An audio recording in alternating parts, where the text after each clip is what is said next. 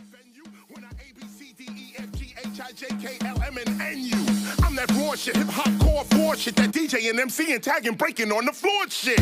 Street lyric, you heard it, I never lost it. Like y'all seen Bay, I'm bringing you more shit. Double metaphors, this how the tour get. Effortless, I flow like a shower, no need to force it. You saw it, real skill, you the witness or the listener. I stand behind my bars like a prisoner. Yeah, I'ma spit this right, and like them handcuffs, you gotta say this shit is tight.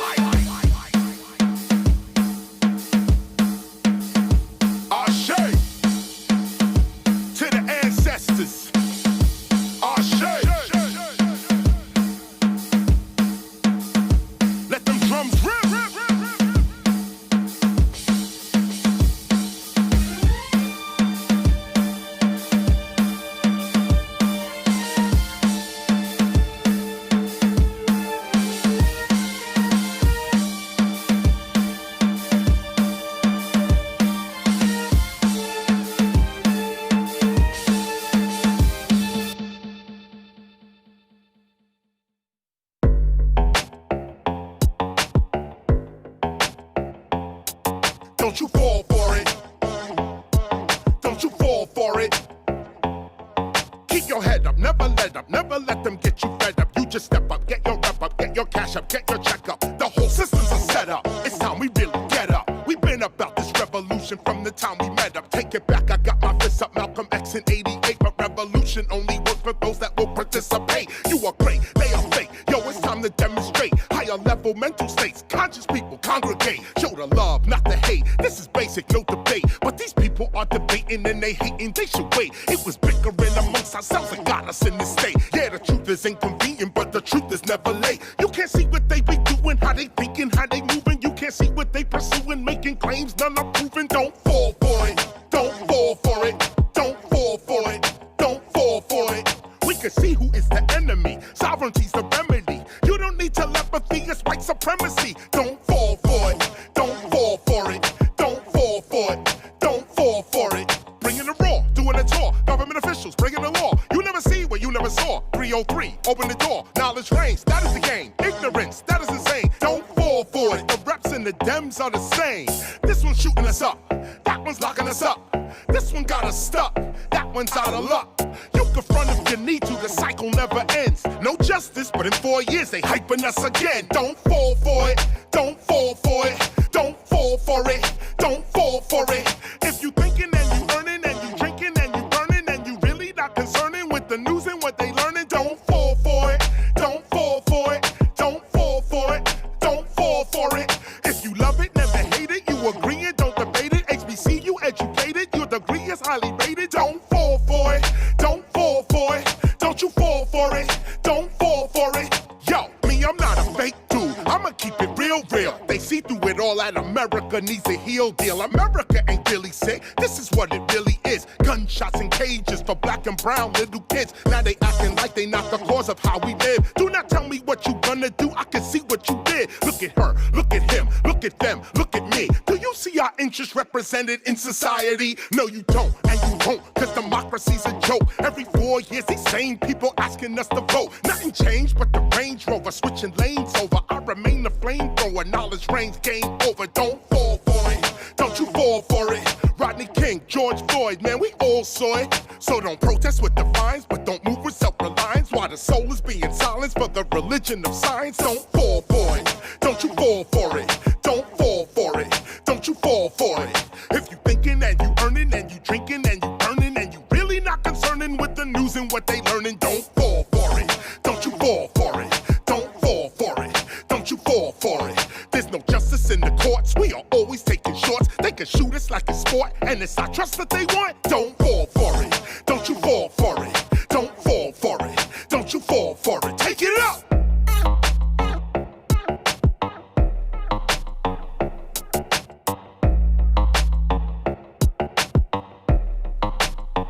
Take it low now.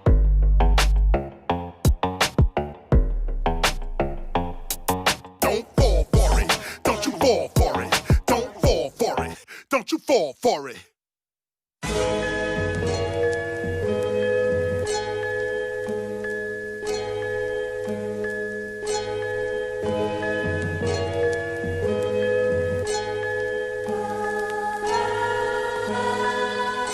not the regular. This is that boom, blah, blah, blah. Some they call it secular. I just call it black, black, black. Marcus Garvey, Bookman, Dottie, bring that army back, back, back. Malcolm X and Kwame Ture, this is where I'm at. If you wanna talk to me about black, black, black. Haile Selassie the first, Negus Nagas, let's talk about that. Kaboom, Nanny Maroon and all the Maroons, let's talk about that. The real Underground Railroad, the first subway for black, black, black. The freedom train begins with your brain. Get in on track. Whether justice or injustice, how do you react? Can you stand there laughing while they shoot us in the black, black, black? This is what some rappers sound like every time they rap. I'm raising up the red and the green and the black, black, black. Even with no cops in the hood, we still hear click, click, clack, clack, clack. I cannot forget my ancestors just because I rap. Look at me from top to bottom. KRS is black, black, black. Get up, get out, speak up, speak out, reach out, reach out. This is what black about. Get up, get out, speak up, speak out, reach up, reach out. This is what I rap about. Get up, get out, speak up, speak out, reach up, reach out. Too many selling out. Get up, get out, reach up, reach out, lift up, lift out, yes out. Time to ask the question now. Are you really black, black, black? It is not a mystery. We under attack. If you're chatting fuckery, you whole lot people back. Time to put aside the fantasy and deal with fact. This is not the time to be talking all that crap. Those that talk that crap, are those that don't fight back. You can say what you like, but real skill I never lack. Black is more a consciousness, the way you think and act. Yo, get up, get out, speak up, speak out, reach up, reach out. This is what black about. Get up, get out, speak up, speak out, reach up, reach out. This is what I rap about. Get up, get out, speak up, speak out, reach up, reach out. Too many selling out. Get up, get out, reach out, lift up, lift out, get out, lights out.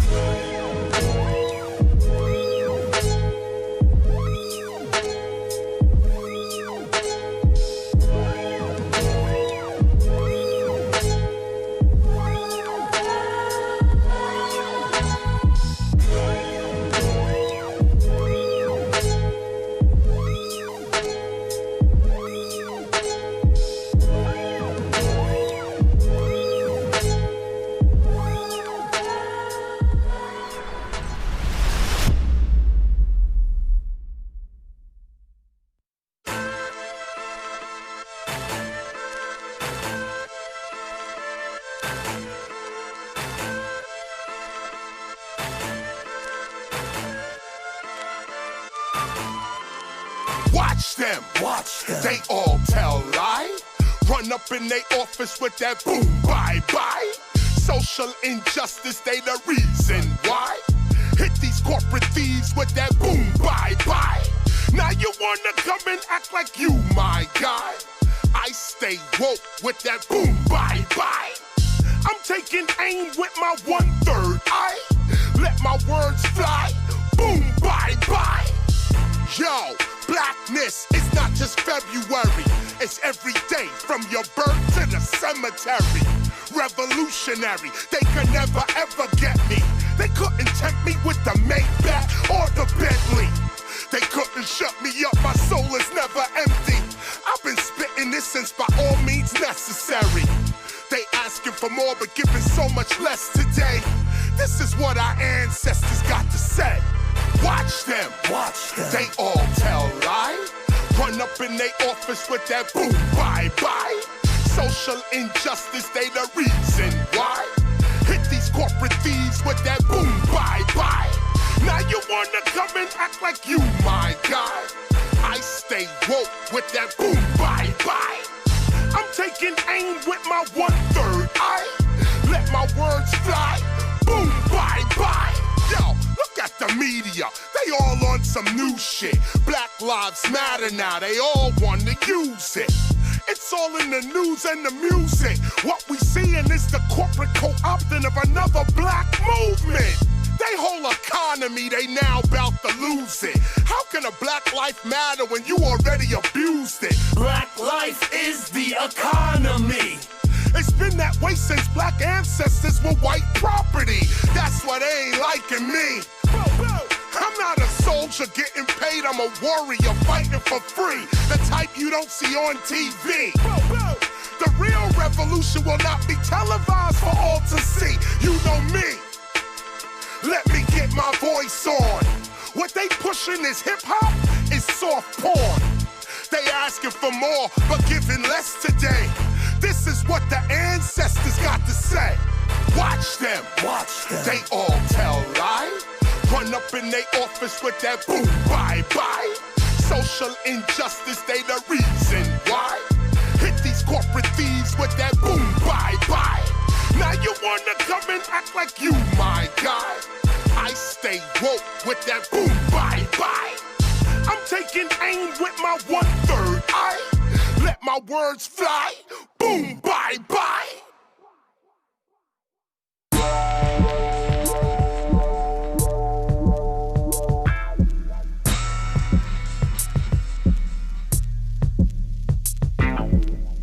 Yeah, we done heard it before. What we looking at is the beginning of civil war. Finally, we just might be getting right to the core. The proof and then the truth of that murder we just saw. Fuck this, there is no justice. And it's a shame because America's above this. But it's really not, cause these cops, they are racist. The very foundation of America is racist. Yeah, we all know it, but nothing ever changes. They part of the system that puts us in cages. Time to break out, every race, all ages. This is not anarchy, this is what changes. You don't have the right to tell me what my pain is, or tell me how to protest, or tell me what my aim is. You the fucking problem, that's where the blame is. Cops killing black people, that's what insane is. Weak politicians, we know what your name is. You can vote while I'm getting choked by a racist. All the actualizations against us are baseless. They falsifying evidence and burying the cases. FDP, yeah, we done heard it before. What we looking at is the beginning of civil war. Finally, we just might be getting right to the core. The proof and then the truth of that murder we just saw. Yeah, we done heard it before. What we looking at is the beginning of civil war. Finally, we just might be getting right to the core. The proof and then the truth of that murder we just saw.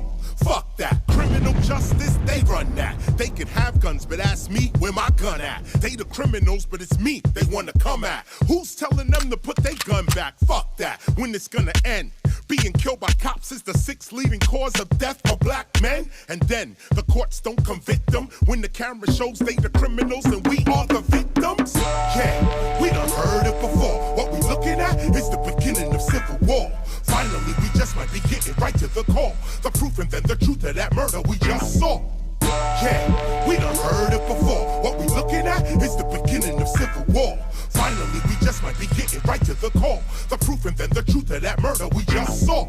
And there'll always be one more. As long as white society holds the monopoly on all law. Either or, that's the only law we follow. Cause colonial custom is what we train to model. Shots in the air, this is just another day for me. Modern day slavery still requires the bravery. Street photography, making slavery plain to see. We used to die aimlessly, now the camera aims at me. One shot saving me, the other shot slaying me. But how is this condition any different from slavery? White supremacy is still trying to enslave us. When our voice is ignored unless white folks save us. I appreciate the protest for sure. But when we gonna end the monopoly of white law? We follow they laws while they follow none. We told to be peaceful while they bustin' they gun. Yeah, we done heard it before. What we looking at is the beginning of civil war. Finally, we just might be getting right to the core. The proof and then the truth of that murder we just saw. Class in session now. Most can't take it, but I'ma spit it anyhow. Youngins getting money, it's funny, they think they ready now. Old folks gossiping, bickering, sounding petty now. This is why the universe through this verse it has sent me now. Just to let you know if you spit that flow, keep it steady now. Do not be distracted by this one, that one, or other sounds. You can talk that hate, but it's better to spread that love around. This is just that wisdom I give them to those that's listening. Yeah, I keep it gangster, but consciousness, I'ma mix it in. This is KRS, let me warn you, I'm not the normal. I'm that part of hip-hop that edutains and informs you. You can talk that murder, that mayhem, but let me warn you. I know the game, you reap what you speak, that's how they caught you. Take a minute and listen to the flow that supports you. When I spit it, your spirit, it rises like it ought to. So turn the volume up. The devil's time is up. Turn the volume up. The devil's time is up. Just turn the volume up. The devil's time is up. Just turn the volume up. Up, up, up. I am the primitive, native, indigenous, savage, aboriginal. KRS-ONE is not the average. Barbarian, heathen, and pagan. Burnt-faced Negro, original man, that's what you facing. Haitian, Bayesian, Jamaican, Black, Asian. Knife in the chest of the colonist, still slaving. The Indian, the Simian, the Maroon, the Pygmy them. The Ethiopian, the Black Carthaginian. Why focus on a continent? The earth's my dominion. The ancient ones are my ancestors, and I live with them. Kushite, Kemite, mapping the stars in the night. Divine mind guidance from the sciences of living right. Yoruba, before Jehovah and Black Noah. The agriculturalist, I am the reaper and the sower. The higher and the lower, the all-seer and the knower. I've been here already, I'm just doing it all over. Reincarnated, the holder of a boulder. The Black Atlas, holding the whole world on my shoulders. Money folder, much older, street soldier. KRS, we will be here forever, I told ya. So turn the volume up. The devil's time is up. Turn the volume up. The devil's time is up. Just turn the volume up. The devil's time is up. Just turn the volume up. Up, up, up. Ha! Up on the last verse, blast first the Nazi. You know how long these industry fools trying to stop me? But they not me, they copies, they not free. I'm the pharaoh, bow and arrow, Bianchi, they can't top me. The ancient one, I taught the Anunnaki, watch me. Land on the set, these rappers turning Punani. Cause they know they mock me, now I'm in my armor. Spear to the throat, now what's my name, Chris Parker? There's no computer screen, I am dope, you the fiend. Your name is what a loser mean, you on the losing team. I come back spitting raps, I am looking super clean. My name is what knowledge means, your name was stupid mean. Nightmare, right there, I don't fight fair, man, it's quite clear. You want the truth? Keep it right here. People always telling me, all these rappers are under me. That's true, I'm coming up on album number 23. Fuck with me, I don't sound like nobody, I'm no copy. I am no Gotti, I'm Nazi, I don't wait in no lobby. You know where to find me if you look. These rappers are shook, knowledge reigning supreme, my gots go book. So turn the volume up. The devil's time is up. Turn the volume up. The devil's time is up. Just turn the volume up. The devil's time is up. Just turn the volume up. Up, up, up. Yeah. You know, an artist paints with his mind, not with his hands. Wake up.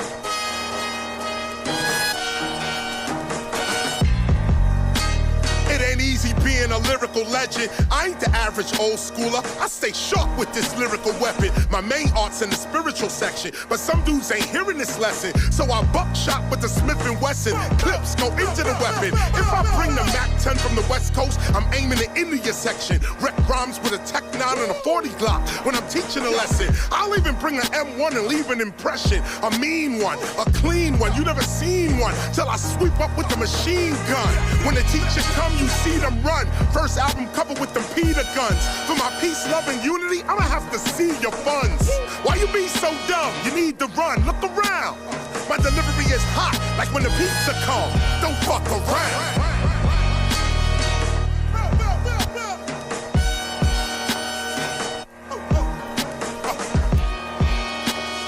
Talk to him. If you continue to ignore the word, you gonna go through the same deal. Rearrange your mind and how you speak out your word. You putting seeds in your brain field. Corporations treating you like sheep and like herd, but KRS-ONE, he stays real. Listen to the teacher as he speaks out the word. You gonna rise if you stay real. Watch this, stay real. It ain't easy being a lyrical icon. When I turn my mic on, rappers start shaking like fiends when their pipe's gone. I'm squeezing the mic like a python, you got it quite wrong. The guru, step into the arena with the teacher and your life's gone. These rappers are immoral, they right wrong. KRS-ONE is immortal, his career is quite long. This won't take long, I'm spitting on mics cause I'm made for this. Be clear, I spit that miracle, hip-hop lyrical craziness. The bartender, the airbender, I spit, you see the waviness. I don't criticize or knock nobody's style, but I'ma stay with this. The traditional, the lyrical is every day for Chris. I strip these beats down to their nakedness, ain't nothing fake with this. Stay real.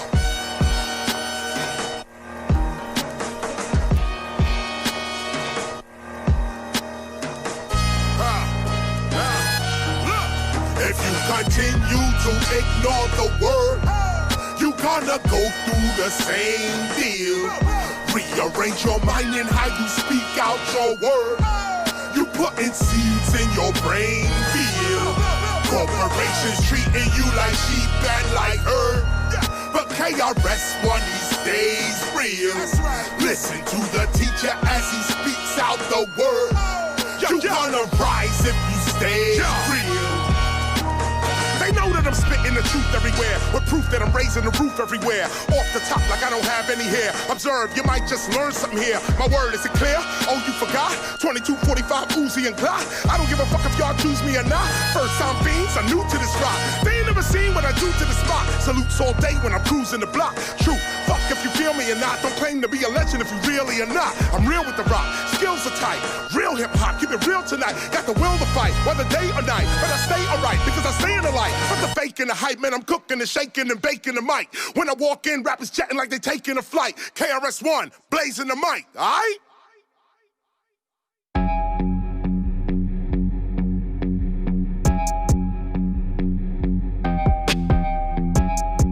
Real spitters out there, hold tight. Yeah! Right. Heaven sent me, evidently. Positive lyrics, ever ready. Spirit charged, never empty. Devil's charms can never tempt me. The level 8 on could never dent me. The enterprise can never rent me. Keep the drive without the Bentley. INNOCENT. Truth is hard, but I speak it gently. Squeeze my shit till the clip is empty. Demons and angels, they all protect me. Goblins, goons, they all respect me. Walk in the room with the instrumentals. Superior MC skills essential. Spit with a hit quick, I was meant to. Trump your car, and didn't elect you. I got drive, I will wreck you. Bank when the fact rappers out and check you. Disrespect you, disconnect you. Bring the tech to you and who you next to. Say what. Check chat. Check 1 2. Am I on? Hopefully I am. You can hear me, yeah? I'm good? All right. Welcome to the Temple of Hip Hop. And this is going to begin our year-long session. You know, we've been doing this now for, well, actually for many years. When we take our first break in this particular session, I'm gonna play a short piece on the history of the Temple of Hip Hop so that those who are new to this right now can get a quick update on what's going on, what's been going on actually for the last 30-something years. This is the Temple of Hip Hop. This is a society designed to preserve and further develop hip hop as a divinely inspired culture. The way we approach our temple is as a ministry, archive, school, and society. It's an acronym for MASS. The MASS of the temple is a ministry, archive, school, and society. These departments are what we created to preserve our culture into the future and pass it on. This is not about, you know, the hype and all the nonsense you see on TV. This is about heritage. This is about lineage. This is about passing on the sacredness, the real value of a culture. This is about passing that on. And to pass that on, you have to be the culture itself. You can't watch the culture and then say I'm part of the culture. You have to actually be the culture in order to pass the culture on to another generation. And so this is why we're here. It's called the Temple of Hip Hop. Temple meaning the body of hip hop, the spiritual center of hip hop, the philosophical center of hip hop. That's what this is all about. Now, this knowledge is not for everybody. Let me get right to the point on that one. This is not for everybody. This is a modern day mystery school. Those that are familiar with the ancient mystery systems all over the world will know what that term actually means. Mystery school. We're dealing with the mysteries. We're dealing with knowledge that is not necessarily in the public, and not because it's secret, but because the consciousness of the public, most people can't deal with it. They got their lives, they got their bills, they got their this, their that, and the other, and they're not sensitive enough, or they can't get themselves sensitive enough to see God, to see the ancestors, to see space and time for what it really is. So these lessons, we're gonna over a year. We're gonna do this over a year. Those that studied with us last year, the Temple of Hip Hop, that studied with us last year, shout out to everybody. I'm smiling because we had such a great 2020, even though for the rest of the world, 2020 was crazy for everybody else. But for us at the Temple, we had a great time throughout 2020. We read the entire gospel of hip hop throughout the year and gained insight, spiritual insight. So everybody who was with me last year, with me, Minister G. Simone, Minister Sun One, Minister Zinnaru, shout out to Pascal, la la la la la, okay, the whole crew. Those that were with us last year, you'll know the fun that we actually had reading the gospel and the revelations we came up with while we were reading. We're gonna do it again this year. We're doing it again this year in these kinds of sessions. So let me get started with just a few announcements, and keep in mind too that as we go forward with this, as we continue to go forward with this, you're going to see our production change a little bit. You're going to see, because right now I'm speaking at a podium because I'm going to do some reading. I'm going to read a lesson to you actually and make comments as I go. But usually I like to give my lessons with a PowerPoint presentation, so I could bring up pictures and I could bring up clippings from dictionaries and books and so on. The bookshelf behind me here, this is not just for show. This is not for show. This is so I could reach back here and grab some of the books that I need to continue or put forward this study. So let's get right to the point. I'm gonna start with, let me just start with this, with what just happened, as a matter of fact. What just happened? Well, what just happened is that we're rising with the sun, okay? The sun in the sky, not Sun One over here. We're rising with actually, we are rising with the sun. Sun One over here. But I want to direct your attention to the sun in the sky. The sun in the sky, we are rising with the sun. You'll notice that on December 21st, 2020, was the winter solstice. Now, the winter solstice is when the sun is at the lowest position in the sky. You'll notice when you watch the sun, we'll be watching the sun as well. Those that can make it here to the Temple of Hip Hop, you'll be able to study astronomy with us. We can go outside, look up, and see the knowledge that we're supposed to have, and so on. I'm not going to get into it here now, but this is how we get down. So the winter solstice was December 21st, 2020, and like I said, it's when the sun was at its lowest position. And the reason I'm actually I'm looking at my notes here because I'm noticing that it was called the Great Conjunction. This last winter solstice was a special one. And this is the role of a temple dealing with culture. We map the stars here. We understand what the stars are about here. So whenever you have astronomical events going on, it's the job of a temple to make sure that it is aligned with the astronomical event on behalf of the culture it's representing. So even though the culture, the people of the culture may not be paying attention, may not care, may miss the date, the responsibility of a temple for a culture is to be paying attention and to not miss the date. I take this all the way back. We've been doing this for over 20, maybe about 30 years now. I recall one of the moments we had was 2012, I think it was, when the Mayan calendar was supposed to be up, supposed to finish, and a new age was supposed to come in. And we were reading a bunch of calendars, not just the Mayan calendar, but also some of the other prophecies from other cultures, like the Hopi as well.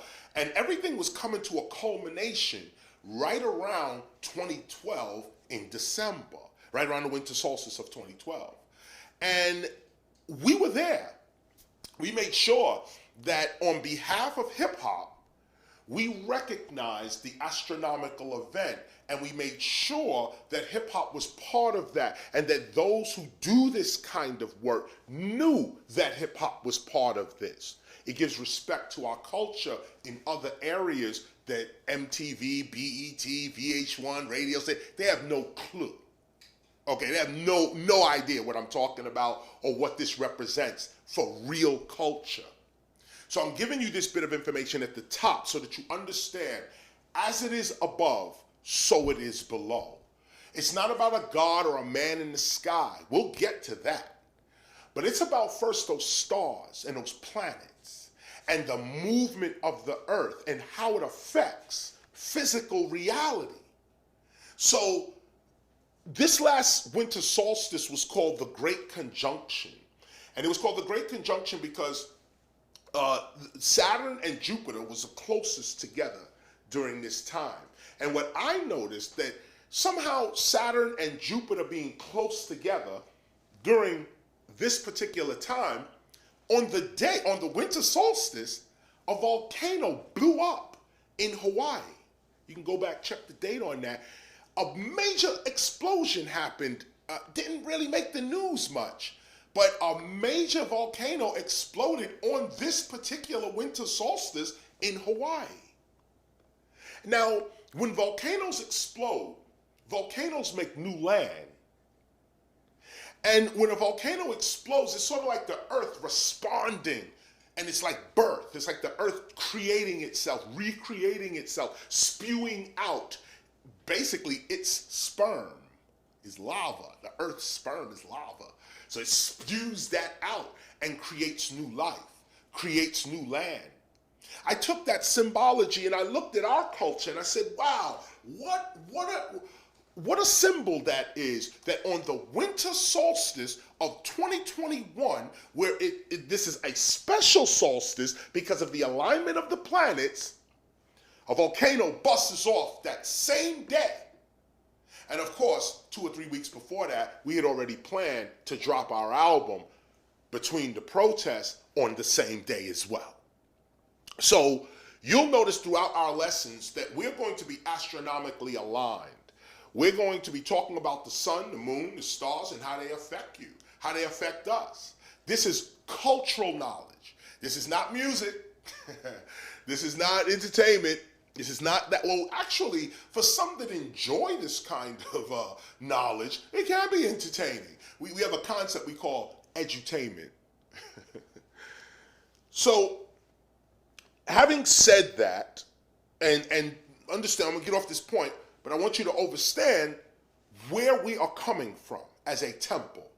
We are representing hip-hop on a spiritual, philosophical level. This is a modern-day mystery school in the sense that we're freeing our people from mental slavery. Simple, plain. That's what the original mystery systems were about. It wasn't about all this hoopla and hopla and heads glowing and all of that. That's fantasy. The real essence to knowledge, the real essence to secret knowledge is to empower you. And that's why it can't be given out to everybody, because certain knowledge, if you get it, it'll destroy you if you don't have the character. And so anybody who teaches secret knowledge or knows of the mystery systems, you know that we can't give you everything at the front. We can't tell you everything at the front, because you got to be worked into this. Your character has to get worked into it. And when your character becomes right enough to see the truth, then you can withstand it. Somebody seeing the truth and without the proper character, you lose your mind, straight up. You have a nervous breakdown because you can't believe you're surrounded by so many lies. So you got to understand, like, truth is real. When it hits you, there are physical changes that happen. And that's what you're going to get here at the Temple of Hip Hop. So let's move on. Matter of fact, coming off the winter solstice, just let me give you this real quick. I was just discussing this with Son One and G Simone just now. But just for the record, let me put it into the record. The autumn equinox is September 21st. The winter solstice is December 21st. And over the next 6 months, the sun will rise. Right, look at that. The sun will rise to its highest position in the sky over 6 months. Okay?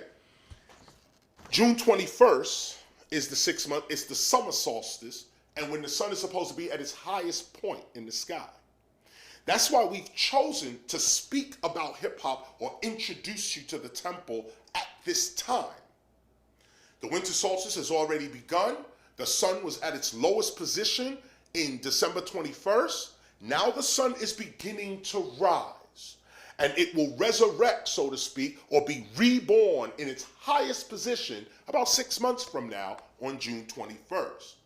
This is a perfect time for fasting. This is a perfect time to lose weight. This is a perfect time to read, study, add something to yourself. It's a 6-month period that if you ride the sun all the way to its heights, you'll find yourself at the highest level of the being you could be. And this is what a mystery system is about. So after the solstices, meaning June 21st, when we arrive at June 21st, 2021, we'll be at our highest position in the sky. The sun will be at its highest position in the sky. Your consciousness should be at its highest position within yourself. Your character should be at its highest position. You have 6 months to work on yourself. And we're going to do it right here. So after that, after June comes May. May, every third week in May is Hip Hop Appreciation Week. We've been practicing hip hop. Not after. I'm sorry? Before June is May. Oh, before June is May. I'm sorry. Sorry about that. See, that's why Son One is here as a producer. Right. May, June. What am I talking about? Just before that, I'm actually thinking about my son's birthday, June, July.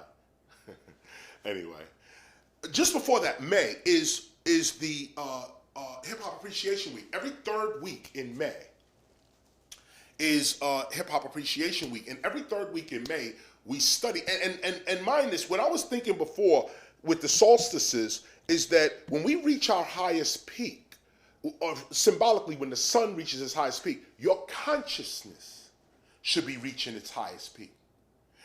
In May, we're going to be practicing or celebrating the Hip Hop Appreciation Week, which happens every third week in May.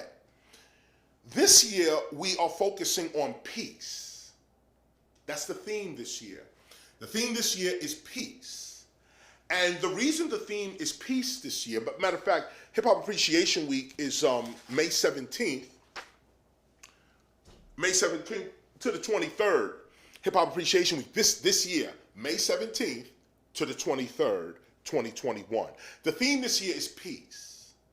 And what's interesting about this year's Hip Hop Appreciation Week is that from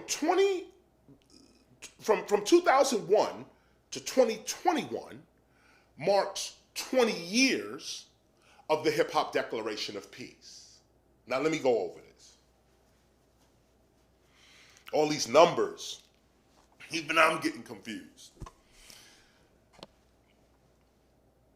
The Hip Hop Declaration of Peace, which you'll see when we take our break, I'll give you a little piece of this in a film. But the Hip Hop Declaration of Peace is our legal document that announces hip hop as a legitimate culture of peace and prosperity. In 2001, the Temple of Hip Hop and 300 others, delegates and government people, artists, pioneers of hip hop, we all went to the United Nations and converged on the United Nations to declare hip hop an international culture of peace and prosperity. This is the uniqueness about the Temple of Hip Hop as well, that although others have discussed hip hop as a culture, and others have dreamed of hip hop as a culture, the Temple of Hip Hop actually did the work to make hip hop a culture. Now, we're not bragging or, trying to put ourselves above anybody. But like I said, you got to know the truth. And if you don't know the truth, then you know what is wrong. And you're moving on what is wrong. You're moving on erroneous information. So try to keep in mind, maintain your maturity. It's difficult for an originator to speak because people think that the originator is posturing and trying to big himself up and say, I did this and I did that. So a lot of originators don't even speak about what they originated. I personally don't have that problem. I will tell you straight up and down whatever the truth is. And the truth here is that original hip hop, original hip hop has always been under attack, always. And it's always been under attack because we are a culture of real people, a distinct people with talents. But there's a corporate entity out there that is raping and exploiting all cultures in the world. Hip hop is just one of the cultures that the corporate structure, capitalism, is trying to exploit, rob, steal from. They don't ask us permission to use our sacred name, hip hop. They don't ask for, is this the correct way to present your culture? Is this a safe way to present your culture? No, they just depict us on television any way they need to make money. And if we're gonna sit back and allow that to occur, then our children deserve to be their slaves, straight up. If we as adults can't see what we got today and unite around it, for our children to have something in the future, if you can't see that, then this is not the place for you. This is not the place for you. This is a place for those that can see the corruption going on and are willing to do something about it. So we went to the United Nations in 2001 and we declared hip hop an international culture of peace and prosperity. This was not just a ceremony. We had UNESCO, which is called the United Nations Educational, Scientific, and Cultural Organization, backing us, sponsoring us. And it was important to have UNESCO. We had a bunch of UN NGOs with us, but UNESCO was important because it is the premier organization that defines and preserves cultures. If you want your culture to be legally recognized, you got to get NGOs from the UN, namely UNESCO. There's others, but the number one would be UNESCO to recognize you. Number two, you need the church community, the Christian community in the United States, churches. You need them to recognize you. Thirdly, you need government officials, your senator, your congressman or woman, the governor, to recognize you. Now, once the state, religion, and NGOs, which is called non-governmental organizations, once they recognize you, You are a culture. It's only up to you now to organize yourself internally. But the world has already recognized you are what you say you are. So on May 16th, 2001, we went to the United Nations under the guidance of Kofi Annan, who was the head at the time. And they recognized hip hop right there. UNESCO stood up and spoke and recognized hip hop. The Riverside Church in Manhattan, one of the biggest churches in New York, one of the most powerful as well. The Riverside Church, which is on Columbia University's campus. They sanctioned us as well, recognized. And this is not we recognize because rap music sounds good. No, these were cultural conversations that these organizations had to put their name behind in order to say hip hop is real. This is a culture, we should start looking at it like this. Well, this was 2001.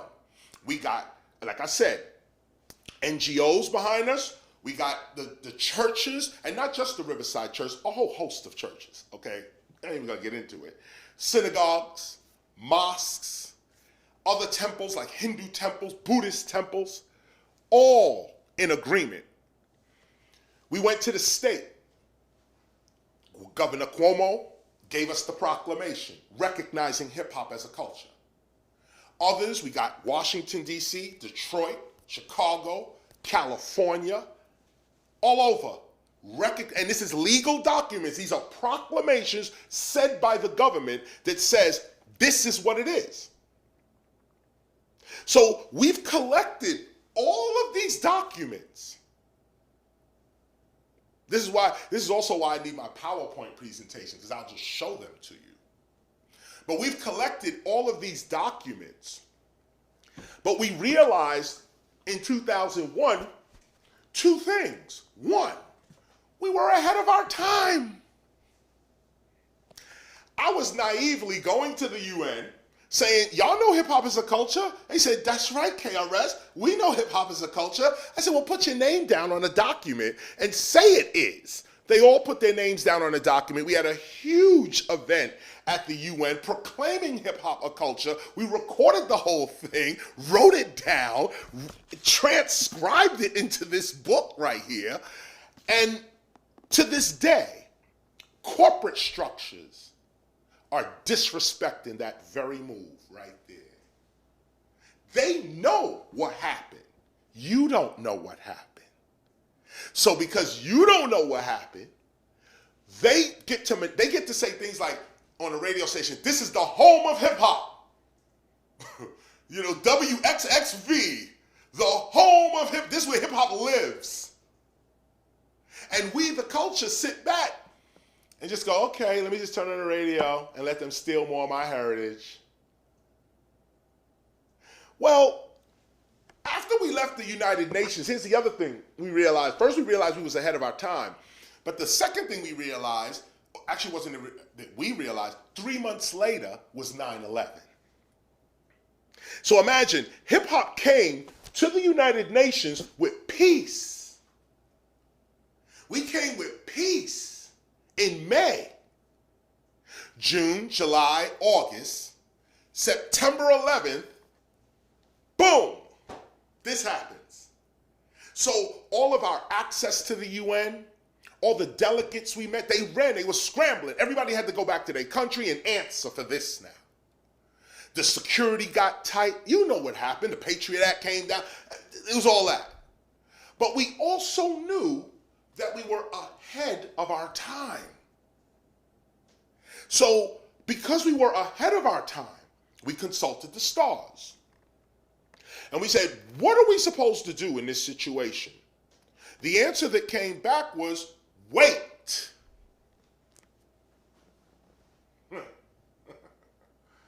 Wait. Be patient. Be quiet. We said, okay. And what we did was every 10 years, we would go back and look at the Hip Hop Declaration of Peace and discuss it amongst ourselves. Some of you that are watching me now have been to my concerts, and you remember that not whenever, but when we had the chance, we would do our concert, rip it down, hour and a half. Then we would announce to the crowd, the Temple of Hip Hop is having a gathering. We used to call them seminars, sermons and seminars.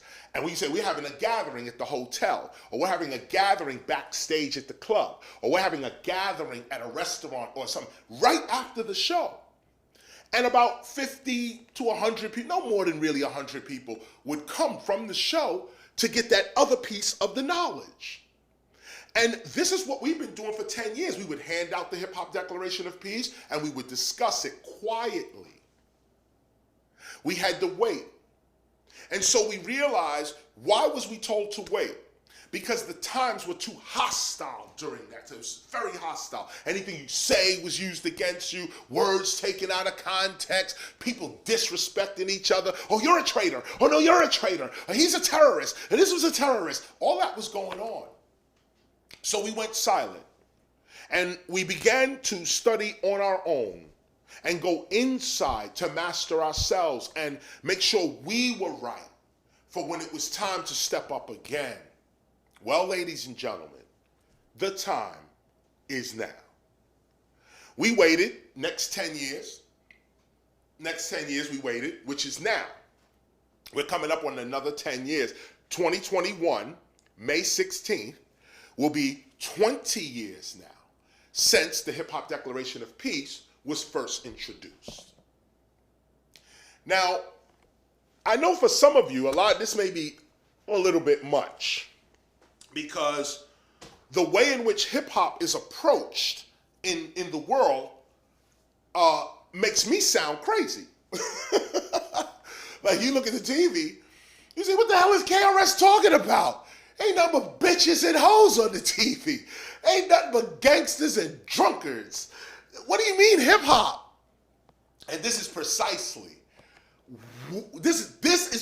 what the mission is about. It ain't about dissing nobody.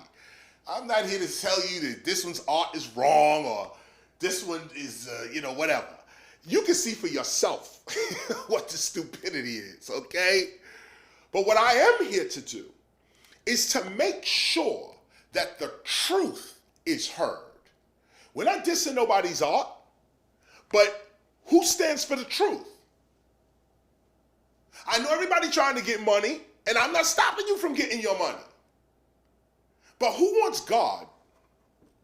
Who wants the ancestors? That's part of hip hop too. That's part of our culture too.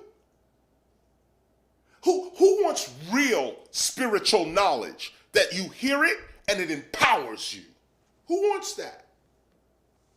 Well, you have to have a certain character also to want that. And that's also what a temple is about. Every 7 years is when a temple is supposed to take in its membership. We put the 10-year on it, actually. So we say every 10 years we're going to take in membership.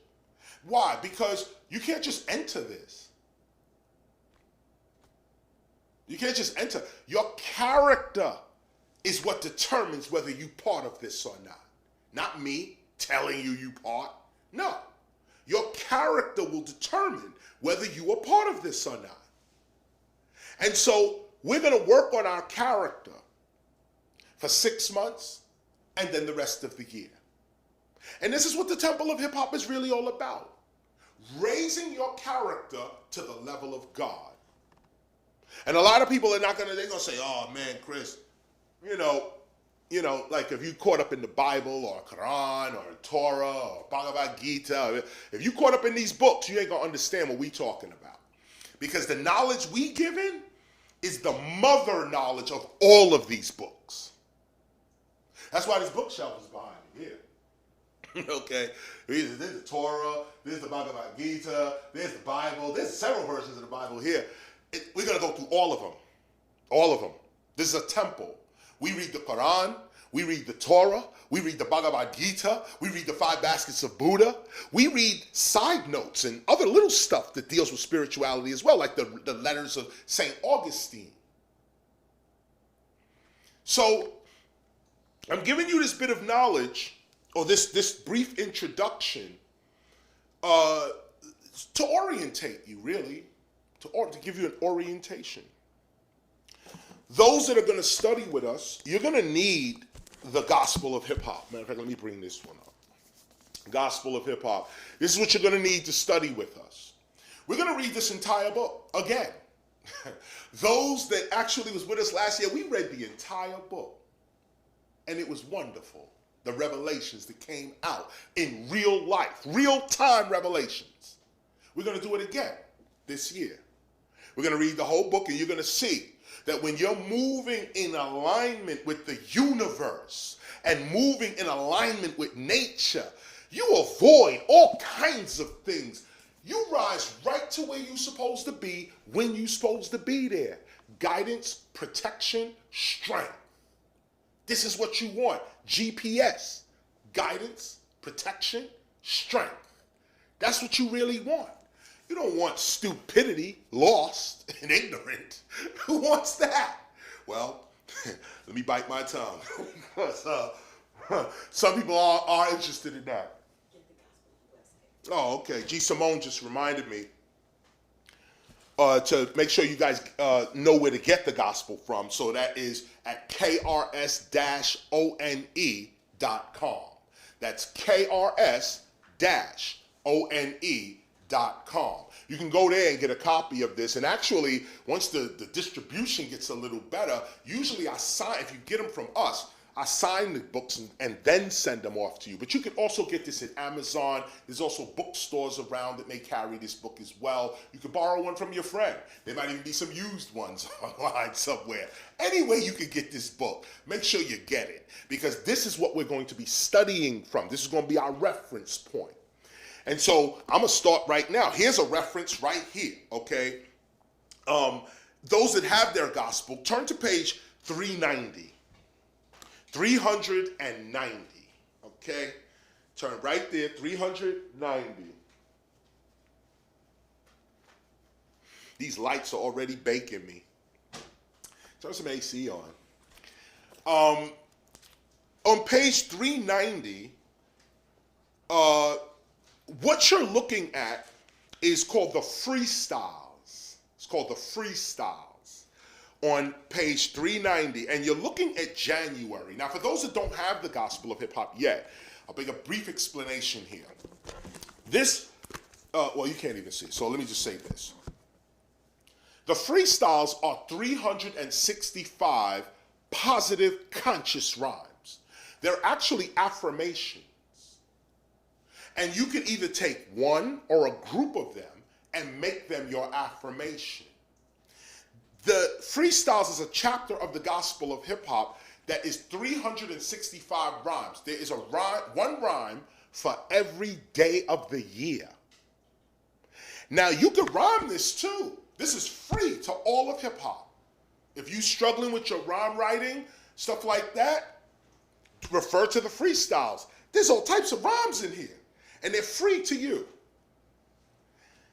Here's how we practice the freestyles. Here's January. January says, this is January 1. Today is the day I live by each verse. Temptation is defeated by trusting God first.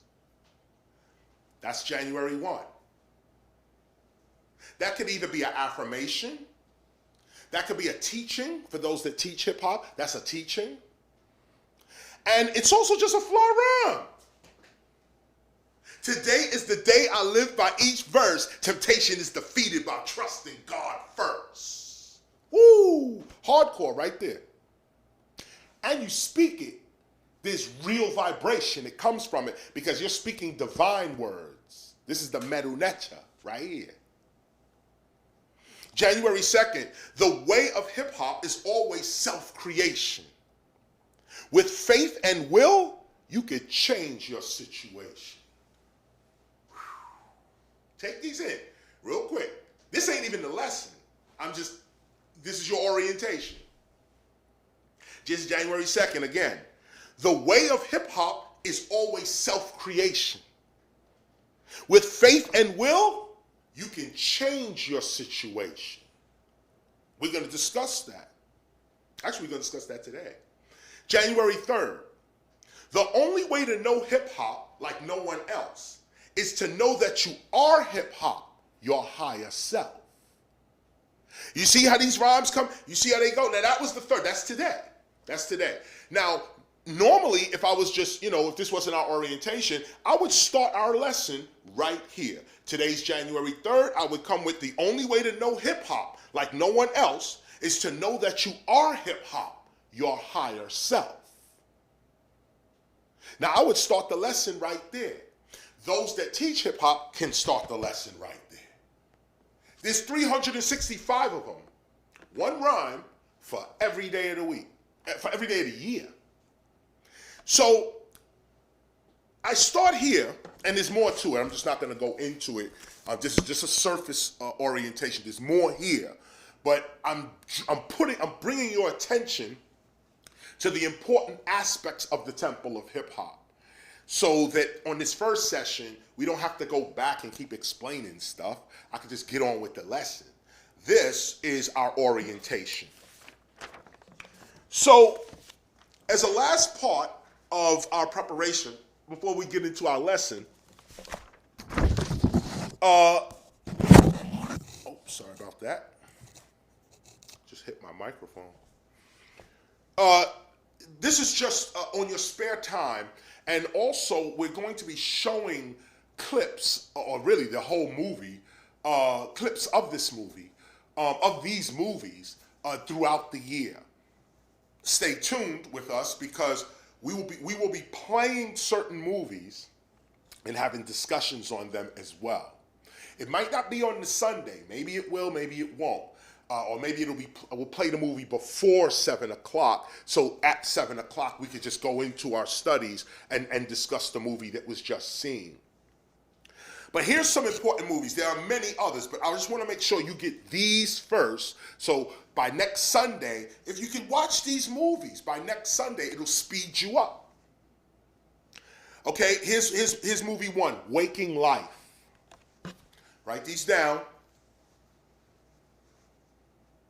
Waking Life. Next movie, What the Bleep Do We Know?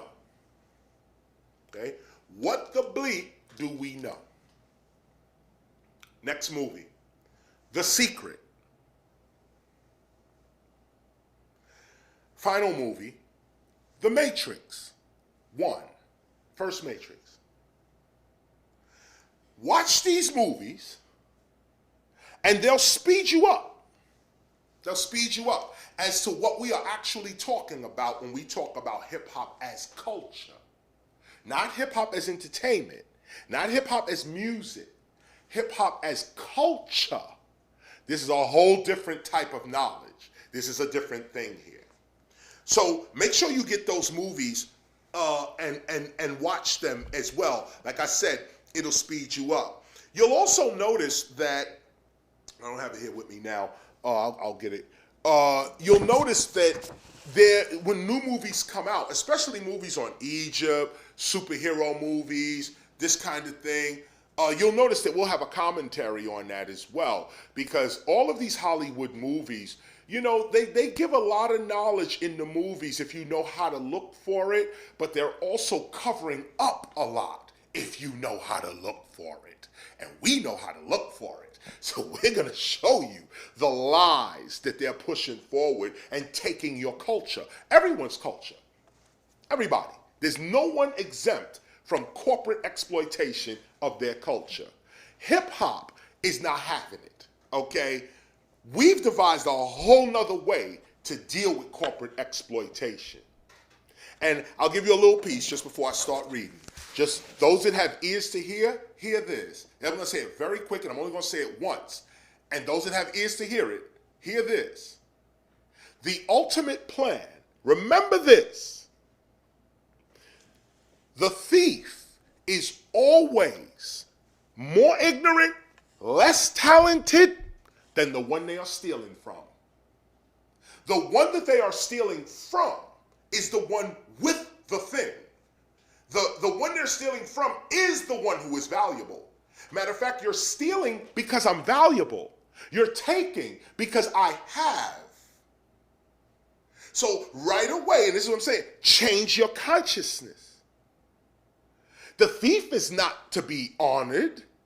The one the thief stole from is to be honored. You should look then and say, wow, okay, they stole that. So if they stole that, what else does the guy have? What else does the woman have? What else does that family possess? What other knowledge? Why did they allow it to be stolen? What was it? Ask more questions. Not just the TV. They stole it. Now all you get to see is the thief running off and how he got what he got and how he's going to do what he got. They don't give you nothing about the one they stole from because it's incriminating. So the plan is this. Those that have ears to hear it, hear it. We already knew they were coming. They didn't take hip hop. That's a lie. Okay? They never took the culture. Here's the truth. I am standing before you right now.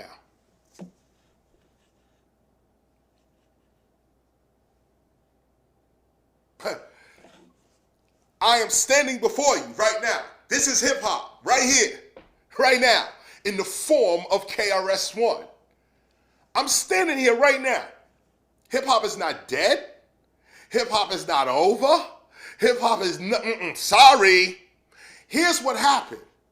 We knew after the Stop the Violence movement, I'm going to read you this. We knew in 1989 that these thieves were coming. This is the reason we did the Stop the Violence movement. It wasn't just about, oh, we got to stop violence in the hood. Don't let them tell you that. Stop the Violence movement was about the unity of hip hop as culture.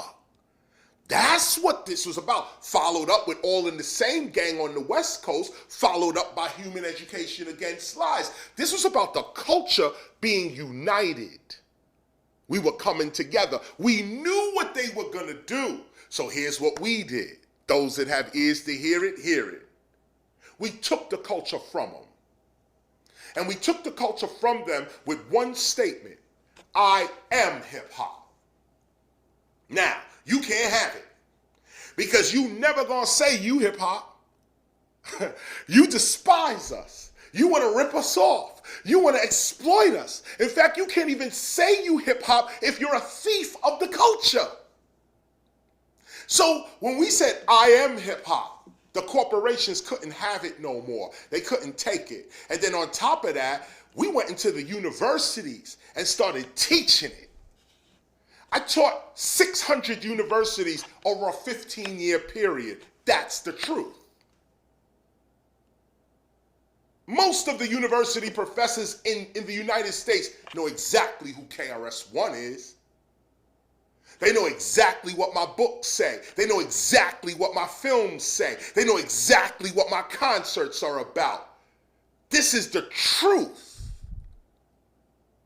But then you turn the TV on. Look, I could call black women queens all day.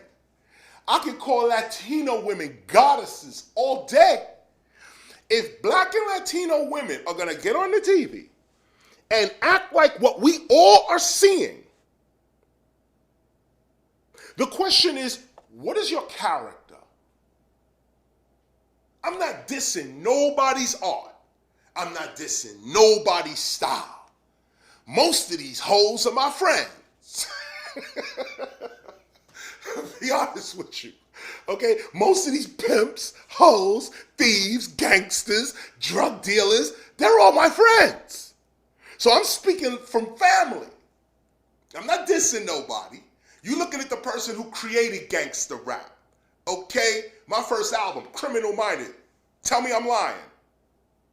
Okay? So if you want the truth, here it is. We're not dissing nobody's style. We come from this. But when we gonna grow up? This is the question. When are we gonna grow up? When are we gonna go from criminal-minded to spiritual-minded? When is that gonna happen? Huh? Well, this is why I'm here today, and this is why the Temple of Hip Hop exists in the world. We stayed quiet for many years because we couldn't speak. We couldn't come out. We couldn't come openly out and then also do our plan. What was our plan? Quietly go to every neighborhood in the United States and tell them hip hop is a culture. Rap is something we do. Hip hop is something we live. You are not just doing hip hop, you are hip hop. Y'all heard all of this before, and you heard it for 20 years. Now we turn the TV on, and the opposite message is being promoted to our children. Ain't that an attack? Ain't that war? Well, instead of battling each other like idiots, why don't we battle VH1? Why don't we battle MTV, battle BET, battle CNN, battle Fox News? Why don't we battle those who are actually destroying our cultural heritage? I mean, I'm down with verses and all of that. My name's always brought up in these verses battles, but I'm sorry. I'm a little more mature than that. You hear my skills, you know I can rap. But what about our children? What difference does it make if KRS-ONE is the GOAT and our children are treated like dogs?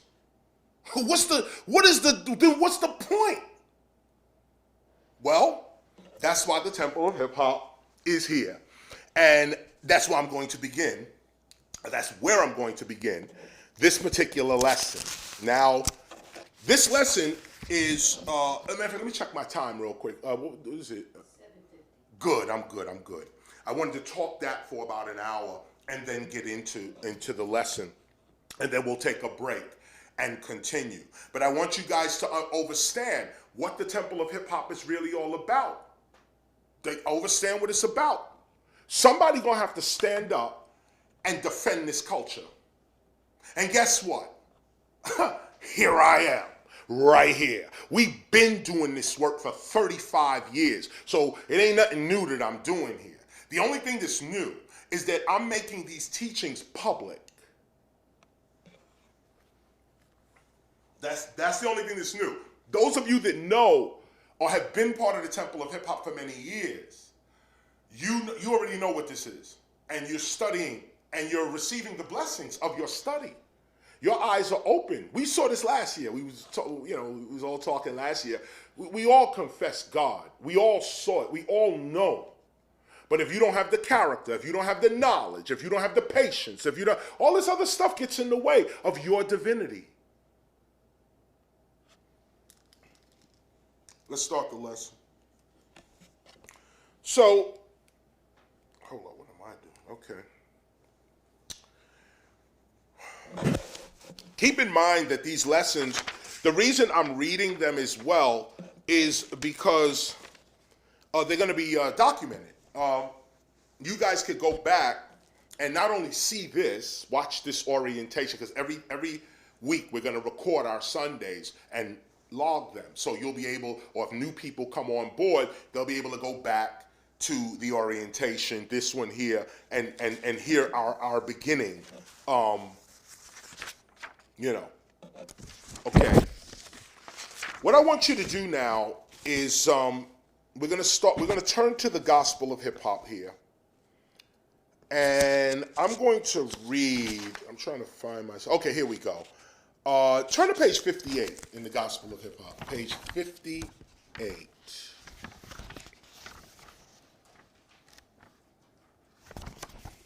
Yeah, just hit page 58 in the Gospel of Hip Hop.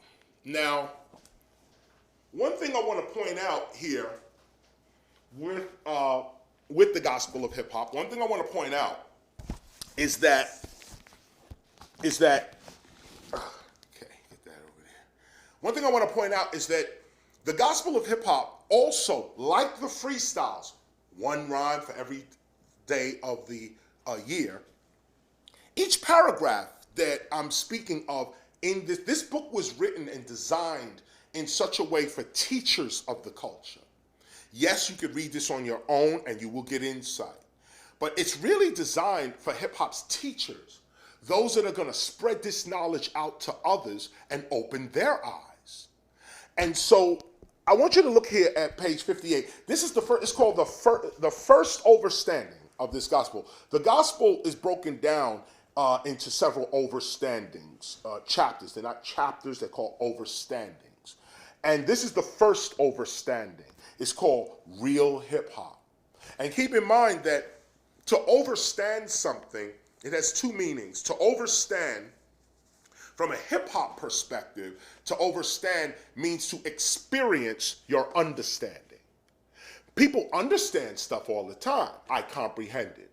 But you could comprehend something that you never experienced. Now, once you've experienced your understanding, you overstand it now. It's a little different from just knowing something. It's about experiencing your knowing. So to overstand in a hip hop setting means to have experienced your knowledge. You're beyond just knowing. You have an experience. You know and you've experienced what you know. So this is called the first overstanding, real hip hop. Oh, I'm sorry, let me go back. That's hip hop. Now, overstanding in the Oxford English Dictionary, just real quick on this other side, overstanding on the Oxford English Dictionary means to stand next to. Imagine that. It says overstanding, but when you look at the Oxford English Dictionary, it means to stand next to. To overstand means to stand next to. Don't ask me why. But this is also why I'm going to pull up my little screen and I can show you these definitions and we can get more deep into them. So the first overstanding, real hip hop. Let me get right into it. What we want to discuss here is real hip hop. This is the first question. This is the first thing that we have to get to a conclusion on. What is real hip hop? What is it? We all say it, we talk about it. What is real hip hop? Well, right here. The first overstanding, real hip hop. Peace and much love. Know this. Like hip hop itself, the gospel of hip hop is to be lived, not just read. It is to be done, not just watched. It is to be expressed, not just studied and taught to others. For when you are hip hop, you feel hip hop. And it is through the feelings and the emotions, the heart, that hip hop's inner secrets are revealed. Studying hip hop, debating hip hop, writing about hip hop are like observing a fashionable suit in the window of a clothing store. While doing hip hop, being hip hop, and living hip hop are like putting the suit on and walking around town. Do you get the difference? Do you see the difference here? Studying hip hop, talking about hip hop, looking at hip hop, that's like you looking at a suit in a window. It's like, you got debates all day. Yeah, that suit is brown. Yeah, it costs this amount. But you're looking at it from a window. Real hip hop is when you go, get the suit, put it on. Now I'm real. I'm not standing on the outside of the culture looking at it. I am subjective to hip hop. I am it. Continuing on. And matter of fact, let me do it this way. For those that are reading with me, I'm on paragraph 3 of page 58. The real hip hop, the first overstanding, real hip hop, paragraph 3. I'm reading it again. Studying hip hop, debating hip hop, and writing about hip hop are like observing a fashionable suit in the window of a clothing store. While doing hip hop, being hip hop, and living hip hop are like putting the suit on and walking around town. There is simply no comparison. And this is what we call real hip hop. A real hip hopper believes, and lives hip hop. For it is wise for a real chef to believe in the reality of cooking, and a real doctor to believe in and live from the reality of medicine, and a real Christian to believe and live in Christ as examples. Therefore, is it not equally wise for a real hip hop or for real hip hoppers to believe and live in hip hop? On the other hand, why participate in something that you really do not fully be or live in? Look at this. Look at this real quick. I'm going to this last part again. Therefore, is it not equally wise for real hip hoppers to believe and live in hip hop? If doctors live in medicine, if Christians live in Christ, If architects live in architecture and the building of they believe on their talent, they believe on what they're doing, then why are we not believing on hip hop? What is it?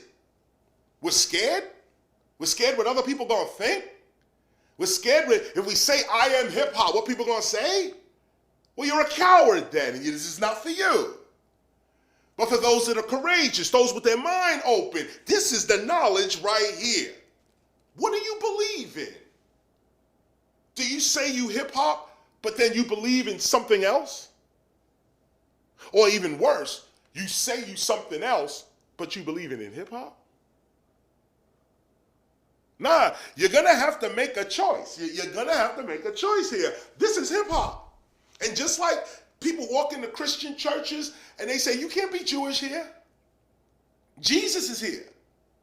You walk into a synagogue and say, you can't be no Christian here. Moses is here. David is here. Abraham is here.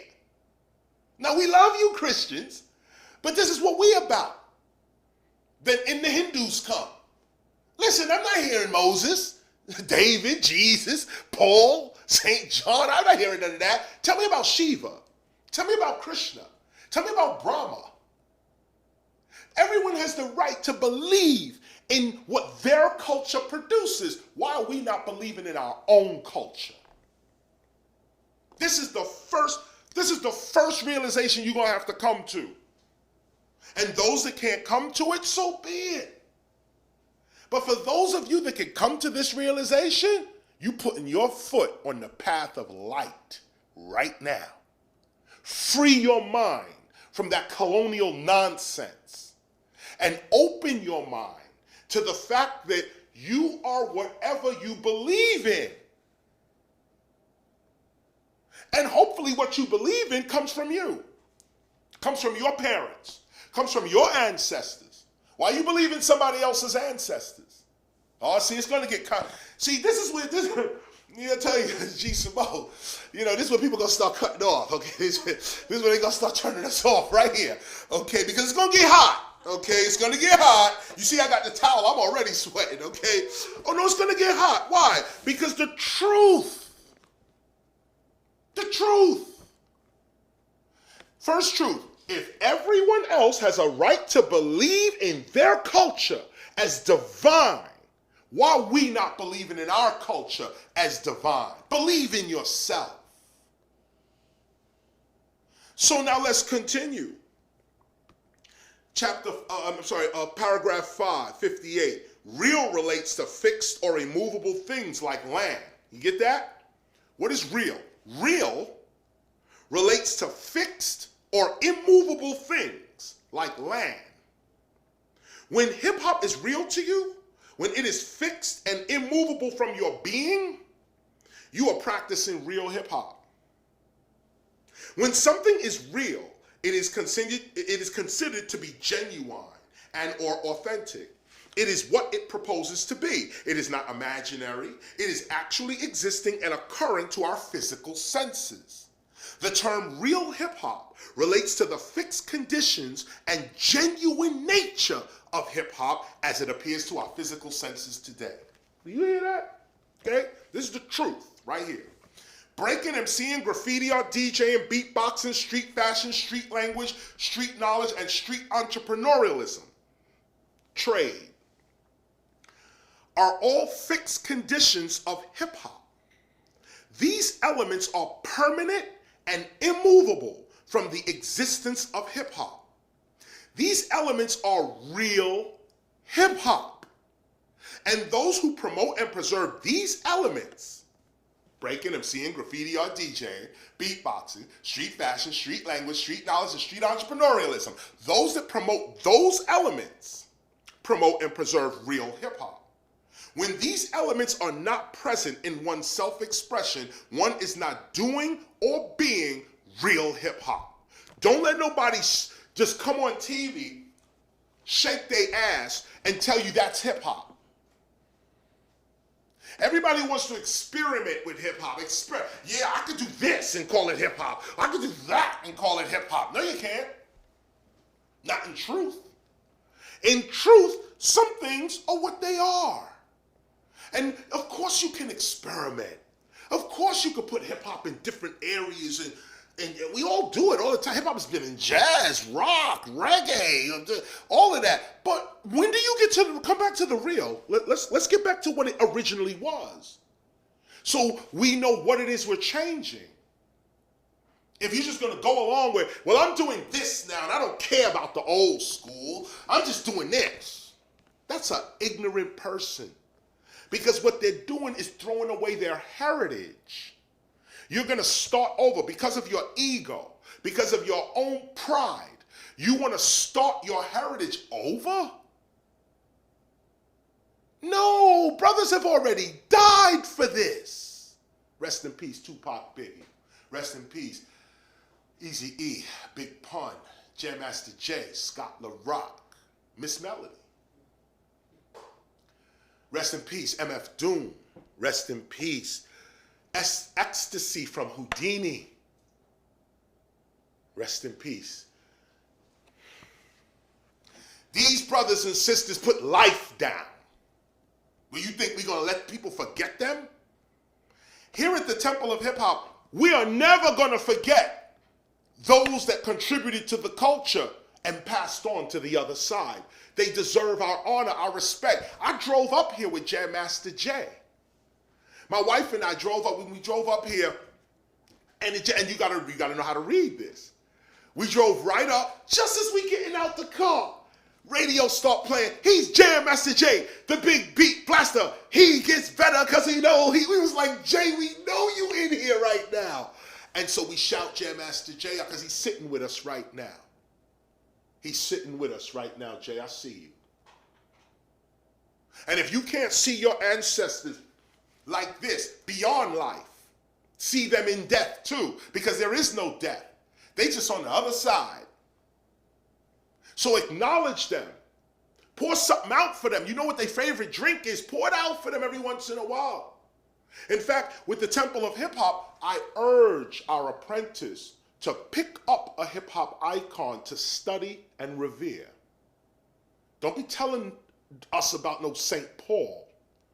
I don't want to hear about none of that. I want to hear St. Tupac, St. Biggie. Because you look at them, you say, well, these dudes was gangsters. Look how they died. And it reveals the truth about what a saint is, now doesn't it? Instead of criticizing your brothers and sisters, why don't you go ahead and see the truth that they reveal about these other people? You know Biggie. Biggie was who Biggie is. But he's our saint. You know Tupac. You know Big Pun. You know Eazy-E. You know these figures, Jay Master Jay, and everyone. These are our saints. These are the people we should be calling upon, not no whatever fictitious fantasy they taught us to pray to. No, your real brothers, your real sisters are on the other side looking at you, looking at the culture, and they can see everything. So why don't we appeal to them? Why appeal to a white man God that destroyed your culture, took your ancestors away? Now we gonna praise that? We're gonna look at their churches, all of these churches, synagogues, temples, mosques, all of them. They don't respect us. Why are we respecting them? I mean, I know it's whack. I mean, what I'm saying might be harsh for some people, I understand, but it's got to be said. It has to be said. Don't take offense to what I'm saying. It's the truth. You know how corrupt these religions are. Who gonna say it? Who gonna say it? We gonna keep praying to the devil and calling it God, and then wondering why there's a coronavirus. No, where's the spiritual voices that says George Floyd, Eric Gardner, and many others said, I can't breathe. In this country. They said, I can't breathe. People walked around with signs saying, I can't breathe, I can't breathe, I can't breathe. And then the next disaster to hit the United States is a pandemic that affects your breathing. You didn't see that? You know what? Maybe this is too much. I don't know. But the truth of the matter is that if that didn't happen, call me a liar. Right now, turn off the YouTube and say, Chris is full of shit. That didn't happen. But if it did happen, why you fronting? Let's keep it really real. If our people, I can see if our people said, I can't walk. You're breaking my legs, I can't walk. And then the coronavirus came, then you say, okay, that is its own thing and this is its own thing. They're unrelated. But you mean to tell me we have protests, national protests, and public murder by suffocation, and God will not respond to that? The universe is not going to respond, right? Nah, open your eyes. The universe has just responded. And also, I sympathize and even empathize with the people who lost someone because of this. Someone who lost your father, your mother. This is no joke. This is no joke. So please take my sympathy on that end. But a prophet must speak the truth, even if it hurts. You can't kill black people and expect the universe not to respond, period. We are a divine people. And it's time we start waking up to that. It's time we start waking up to it. All these fake gods that are out here right now is the reason we are in oppression, because we're praising our enemies' gods while dissing our own brothers and sisters. This is what the temple of hip hop has to correct, or at least offer the correction, because revolution only works for those that participate in it. And you could be offered revolution all day, but if you don't take it, then you know what? Then you're just going to be the one there. And this is also why people used to say all the time, they said, sometimes I hear the emails, someone will read me an email or something, and they'll say, why isn't KRS saying something? Well, why isn't KRS more speaking more or doing something more? And I tell you the truth right here, so that you know straight from my mouth. Okay, I already said all this.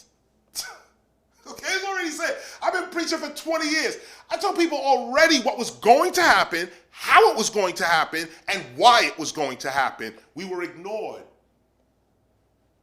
So I don't feel no way about being ignored. I really don't. What I feel is you're suffering because you ignored. Had we just listened in the 90s, our children would not be getting shot down in the street. I put out Sound of the Police in 1995. We still getting shot down in the street?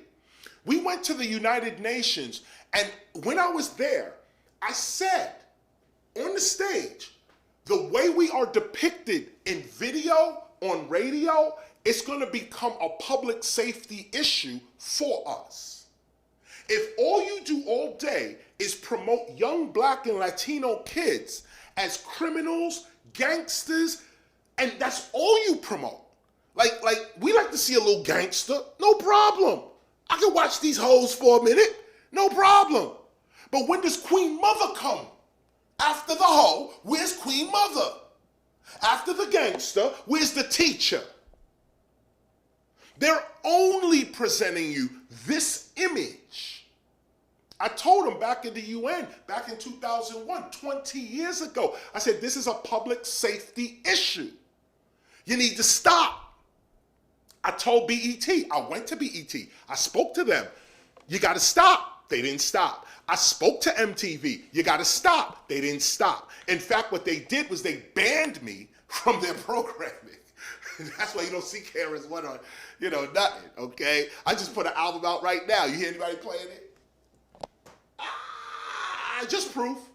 That's all. I speak directly to the people. I'll fuck these radio stations and everyone involved with them. They're all traitors to the culture.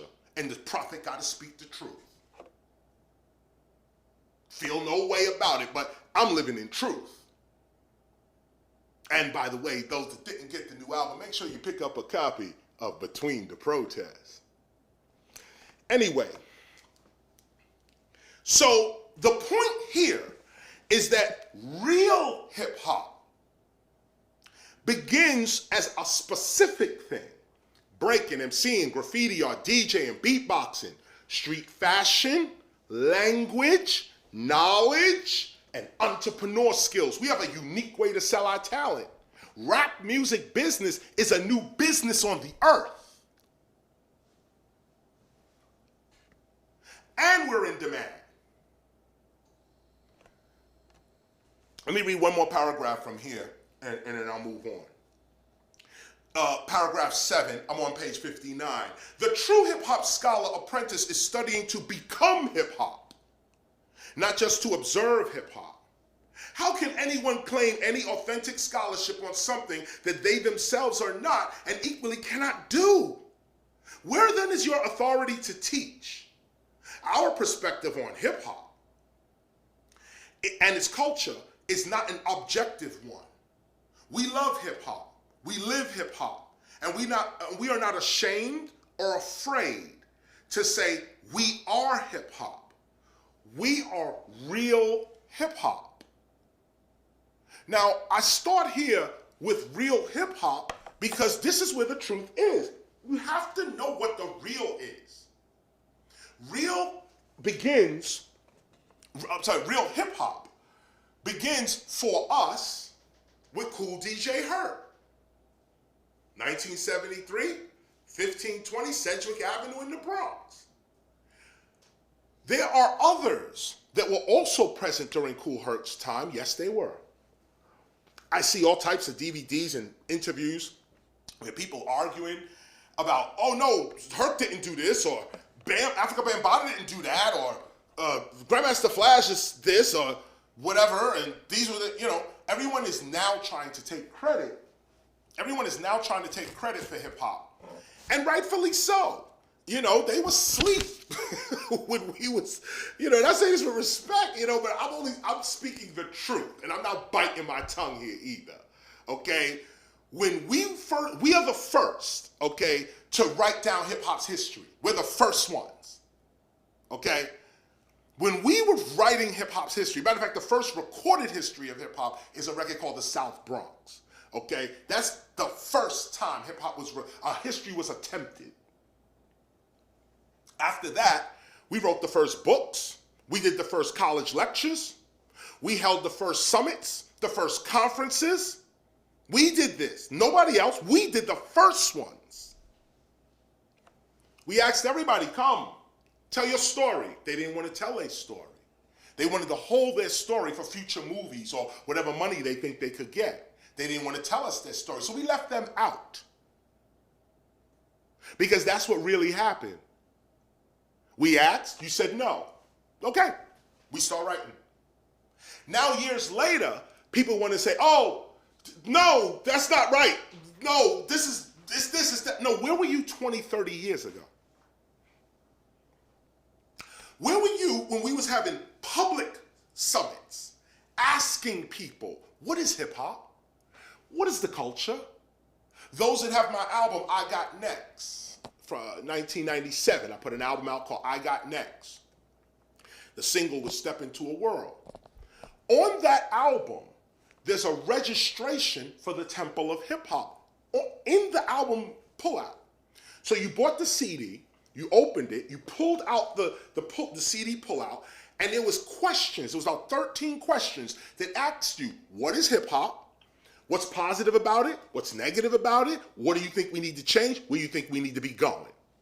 And we got back about 80,000 of these responses. And that's what we built our knowledge on. Now others can clearly come and say, no, but you need to say this, and we need to put this, and we need to, okay, because history grows like that. But you got to understand what the real truth is. Even as I'm speaking to you right now, okay? We put out a public blast just now. That's how you got it. We put out a blast. We said, tonight, 7 o'clock, we're going to be speaking about the temple of hip hop, the gospel of hip hop. Now, all of you that have tuned in to this right now, you are legitimate pioneers of a new hip hop spirituality. You are part of a brand new way to approach God, the ancestors, nature, and the universe. You are part of that. Now, 20 years from now, maybe 10, maybe 5, we're going to hear other people step up and say, oh no, I was spiritual too. I read books too. I got a bookshelf.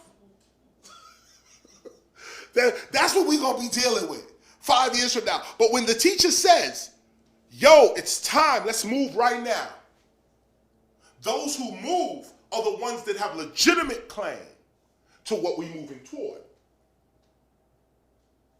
So that's why it's so important that you do attend these lectures, you do attend this, because we're going somewhere, we're moving forward. We already know. Please, okay, hip hop for me, okay, I'm already recognizing that's the name of God. I don't know about Jehovah, I don't know Allah, and all that. I don't know that. I respect it, but I don't know that. What I know is hip hop. That saved me, that taught me, that guided me. Hip hop is my family. I hate my family, but I love my family.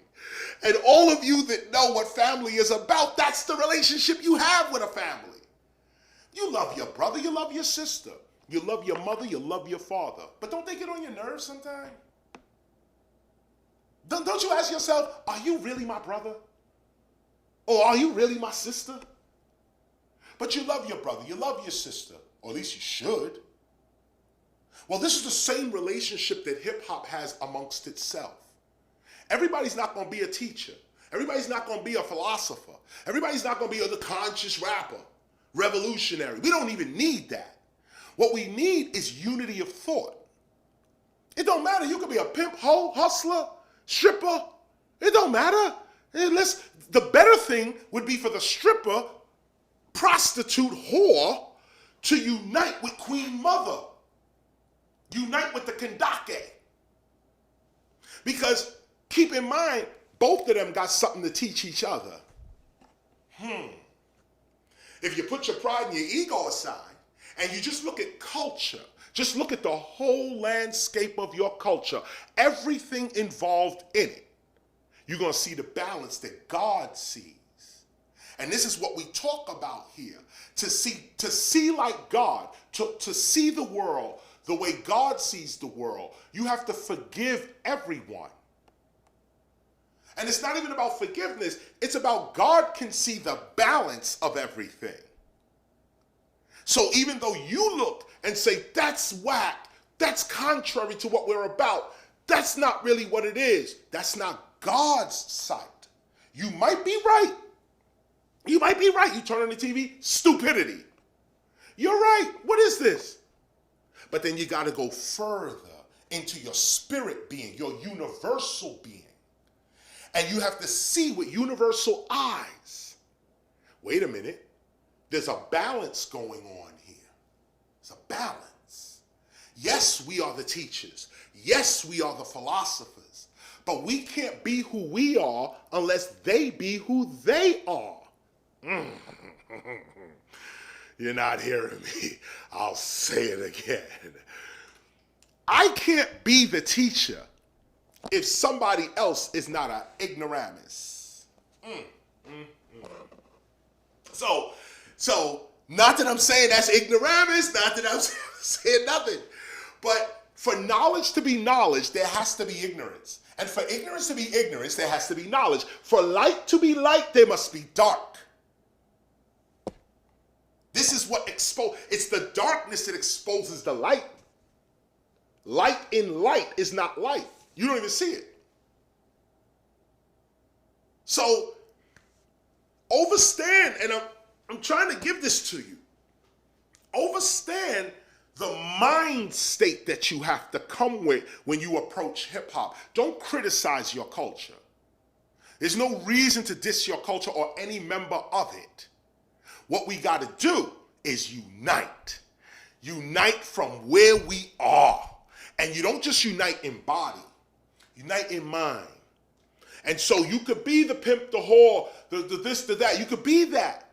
But just know what real hip hop is. Don't promote a fake hip hop so you could get money at the expense of our children. That's a crime against our culture. But if you want to talk about, I got big gaps on the corner, I'm selling the crack, and this, that, and the other, bring your money over here then. Get your $1 million selling, whatever you selling, but then make sure you put something into a real cultural preservation society.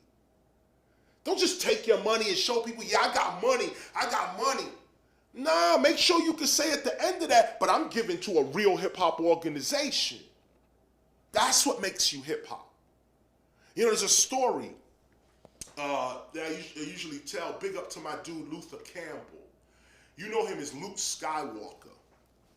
And this brother's bad because in hip hop's history, the 2 Live Crew was hauled into court for explicit lyrics sometime in the 90s, 91, somewhere around there. And they brought them into court. And this is the first time that, rappers are coming out. We're saying all types of stuff.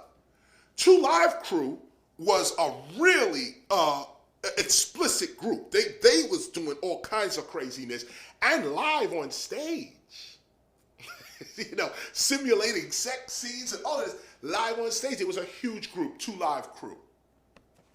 And so they got dragged into court for explicit lyrics in Florida. And it was for a minute, it was pins and needles. Because if the judge ruled that these lyrics are explicit, that would have been the end of what we now call gangster rap. Or if they were, or you could be arrested, fined, dropped from your label. You could say it, but you ain't going nowhere with that. The courts held up freedom of speech and said, no, they have the right to say whatever the hell they want to say. And the 2 Live Crew won that case in Florida. Now, when you look at the 2 Live Crew, matter of fact, one of their first albums, they got chicks with their asses out on the cover. Okay, these dudes is on the beach. They chilling. They got all types of sex scenes in their videos and this, that, and the other. But when it was time to step for the culture before real government, they held us down. Lawyers had to be paid. They had to put a suit on. They had to wake up at 9 o'clock in the morning and go to court. That stuff. We don't think about it now. It's gone. It's lost from your history because the radio stations don't want to play that. They don't want to tell you a moment in hip-hop's history when hip-hop defeated the courts. And now you have the right to say fuck and bitch and hoe and any kind of thing. On why? Because the 2 Live Crew put their life up first. They won the case. Now, Luther Campbell, he went on to run for mayor. One of the cities in Florida, he went to run for mayor. I remember when I was protesting with when the CIA threw President Aristide out of Haiti. It was a coup backed by the CIA to get President Aristide out of Haiti. And at least that was the rumor, that they had something to do with it. And when President Aristide was ousted of Haiti, me and Jonathan Demme, the late Jonathan Demme, movie director, Jonathan Demme, close friend of mine, friend of the family, along with Ted Demme, creator of Yo MTV Raps, so on, big up to Amanda Shear Demme, friends of the family. But I was protesting with Jonathan Demme, the director, me and him, just on some protest. He wasn't a director, I wasn't a rapper. We was just fighting the government and saying, y'all evil, this is wrong, and you need to put President Aristide back into power. That's me and this dude, okay? And so I say that to say that while we were doing that, it was Luke Skywalker, it was Luther Campbell that gave President Aristide $75,000, helping him.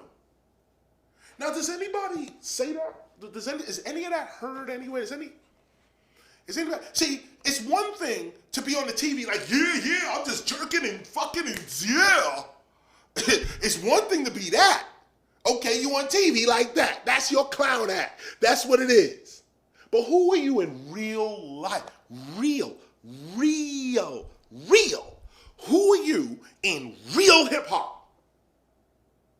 This is what I'm trying to say. This is not about your music style. It's about your manhood. It's about your womanhood. It's about your motherhood, your fatherhood. That's what it's about. It's not about what kind of music you say. Because a lot of these dudes is rapping conscious, rapping about black and, okay?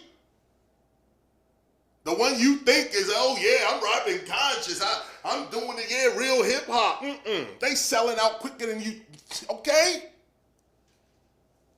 Let's keep it really real. If you really about this culture, show it.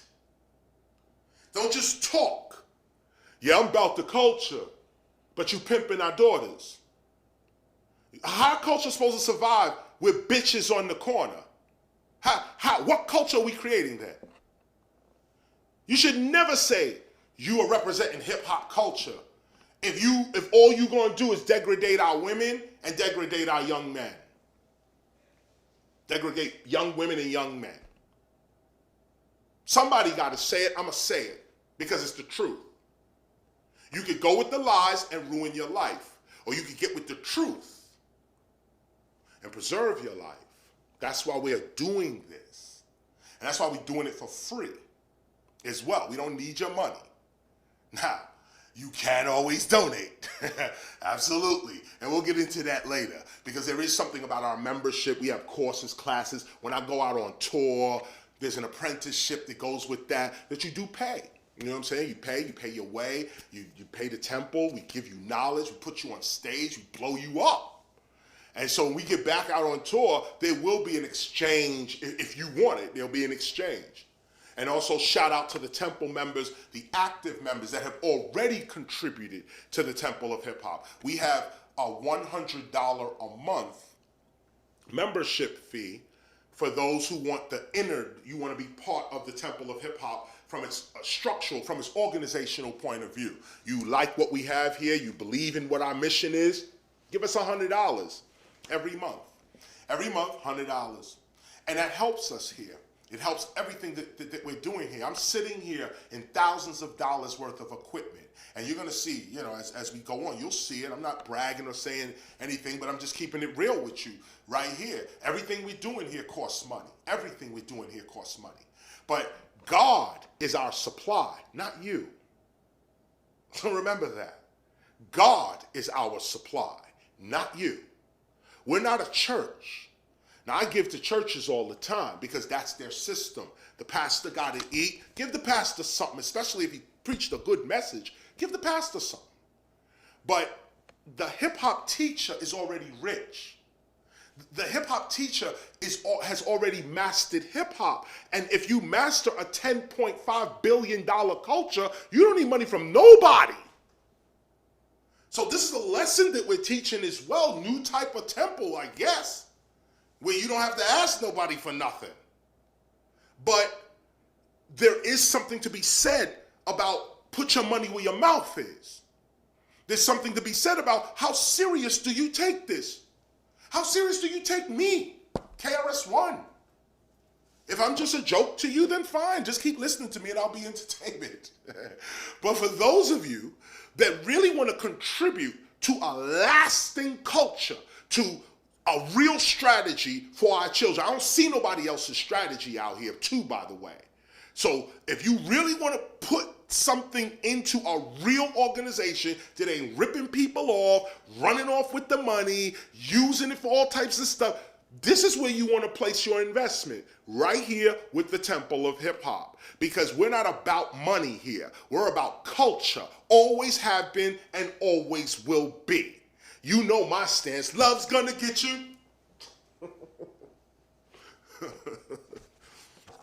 So having said that, I'm done with this now. I'm done with this. Having said that, I'm moving now into my break.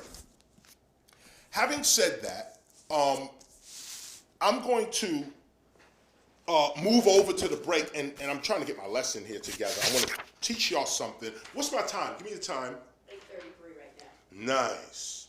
So I did that. Okay. Let us take a break right now. If you guys gotta go to the bathroom, do something. The film that I'm gonna show you right now, for those that are continuing with the lesson, we're just gonna take a short break. I'm gonna show you a film about the history of the Temple of Hip Hop, and it'll catch you up about what we've been doing over the last 10, 20 years or so, and then we'll come back and get into our lesson. All right, I'll be right back.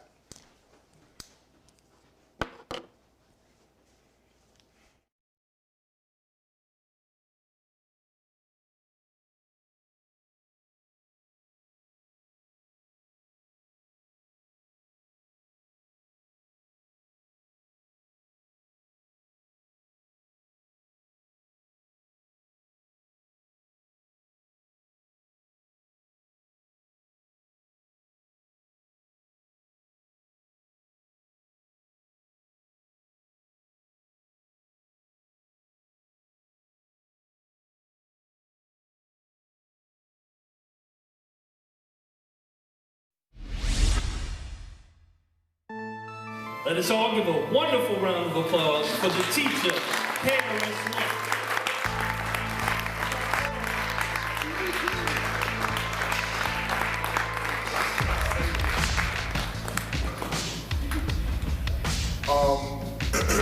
Let's get right to the point. And I'm struggling with my voice because the more I use it, the better it gets. I screamed and yelled yesterday, and obviously my voice is a little raspy. But the more I use it, the better it gets. And I say that because the soul is the same way. Peace and welcome to the Temple of Hip Hop. I am Sun One, an apprentice committed to the Temple of Hip Hop. And this presentation is produced to give you some information regarding the Temple of Hip Hop, its function, and its history. These missions that we do, this mission that we're on, has been happening for the last 30 years. What you're sitting in is a long-standing tradition with hip hop. And this is the purpose for what we call the Temple of Hip Hop. We started in 1996, really before that, but the term Temple of Hip Hop didn't come to us until 1996. Like I said before, for 30 years, hip hop has been meeting like this and discussing itself. We're not looking to make $1 million. We're looking to have a presence where people know that there's a legitimate force out there that is ran by legitimate people about this culture. If you have questions about the culture and you want legitimate answers, not yo man, you know what I'm saying, but legitimate answers that you can go and print somewhere in a college journal about a culture, you need to come see the Temple of Hip Hop. The Temple of Hip Hop is a hip hop preservation society which functions as an authentic hip hop ministry. We preach the attainment of peace, love, unity, and safely having fun through the mastery of breaking, MCing, graffiti art, and DJing. What's up? How y'all doing? Yeah, now look, if y'all ain't hyped yet, you will be hyped before you leave here tonight. Because tonight we're going to establish the authority of hip hop culture. The mission began with the launch of the Stop the Violence movement in 1989, and then with Human Education Against Lies, HEAL, in 1991. In 1994, KRS-ONE declared, "I am hip-hop," and began to inspire the global hip-hop community to see itself beyond music entertainment. During this time, KRS-ONE would unify the essence of the hip-hop community around the development of hip-hop as a global culture, and how such a culture could be preserved and passed on to future generations. Others at the time had brought up the idea of rappers forming a union capable of providing health care and legal defense for rappers and DJs. But it was KRS-ONE that introduced the idea of hip-hop being an international culture of peace and prosperity for all those practicing hip-hop's cultural elements. But the theme of unifying hip-hop as a culture, unifying artists, and having them organized in a fashion where they can control their political power, control their economic power, their creative power, etc., etc. It was KRS-ONE that put the K in hip-hop's culture and actually did the work to unify hip-hop into a global community beyond entertainment. But such ideas would be met with fierce opposition and sabotage. Prominent hip-hop pioneers, journalists, professors, and artists alike refused to accept the idea of hip-hop becoming a legitimate global culture.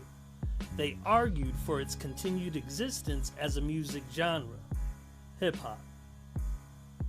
When KRS-ONE first stated, "I am hip-hop," his critics thought that he was speaking only of himself, that he alone was hip-hop. But what our teacher was saying was that not only did he realize that he was hip-hop itself, but that anyone participating in hip-hop was also hip-hop itself.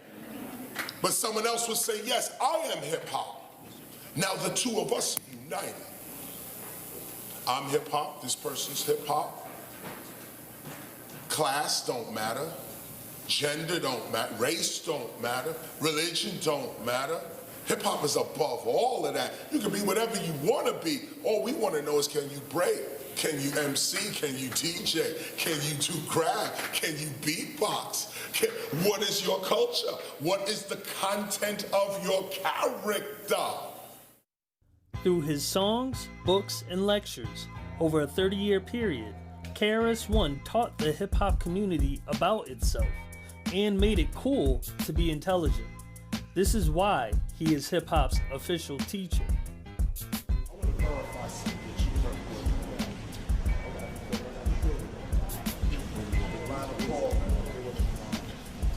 Look in the back of this tag. You see in the back of, is that your tag? Yeah. There it is. There it is. Yeah, that's when the tag is pointing down the way where the party's at. The tag was pointing with the party. That was the direction. Whoa, that's crazy. Yeah, you come this far, this is keep on coming down the step to the valley. Right. Down to the, you're going out to the water. Right. That was a trail down to the water. A major Deegan Highway. Down to the coast. As a matter of fact, my girlfriend, my first girlfriend, tried to grade. Just tried to play ball. That's me and Kenny. 72. You see the trail coming down? Yeah. With the inner steps there. All right. Okay. Taking it back. Now this park right here used to stay filthy. You saw this right here? Only time the kids, anybody know, anytime, that's it. Matter of fact, this is it. When the park is clean, Earth is coming down. I said, you want me to come out there and play? I gotta clean the park up. See, yeah. A lot of dirt to cover down here, man. It's not like that, man. Whoa. See, he was there. You couldn't come out, you was hearing madness. I was hearing it. You was hearing it. Oh shit, good. I live on the other side of the building here. Right. And this is the park right here. We was out our window. This is the daycare center. That daycare center's still there, man. Oh. This is where we're gonna launch our first party for 70 seats. But this is the block party. I needed to verify the tag. That's it. Because only God would have positioned my mother like that. Word up. That is crazy. He had no idea what was going on. Right. When no one else was thinking about hip-hop as a teachable subject, KRS-ONE was out there lecturing at universities, performing at sold-out concerts, and writing books pertaining to hip-hop years before it became fashionable to do so. In 1994, after declaring "I am hip-hop" for the first time, KRS-ONE held a Meeting of the Minds conference at the Schomburg Center for Research in Black Culture in Harlem, New York. Many pioneers were in attendance. This was the first time the question as to how to preserve hip-hop as a new global culture was properly asked. With question number one being, what in our minds is the most important aspect to preserving the culture of hip-hop? In 1997, the Temple of Hip Hop held its first hip hop census, which asked thousands of hip hoppers their definitions of hip hop and where hip hop should be going. In the same year, the Temple of Hip Hop held major public and private hip hop cultural conferences all across the United States, seeking the proper definition, history, and purpose of hip hop as an actual world culture. Well, it started from myself. I was the first. Hip hop to me right now is like it's on the course of a relay. I was the first guy who started off with the baton. You know, I started off like that, and the origin, West Indian background. I was born in the West Indies, from Jamaica, Kingston, Jamaica. Led by KRS-ONE, the Temple of Hip Hop continued to produce many of these kinds of meetings and lectures, ultimately establishing Hip Hop Appreciation Week every third week in May in 1998, and then going on to declare hip hop a legitimate world culture of peace and prosperity May 16, 2001, at the United Nations headquarters in New York. This gathering at the delegates' dining room revealed the Hip Hop Declaration of Peace. Wherever the elements, culture, and expressions of hip-hop and the term hip-hop manifests, this hip-hop Declaration of Peace shall govern its use and interpretation. Hip-hop respects the dignity and sanctity of life without discrimination or prejudice. Hip-hop culture demands that hip-hoppers work to eliminate poverty, speak out against injustices, and to shape a more caring society and a more peaceful world. Hip-hop does not participate in any form of hate at any time.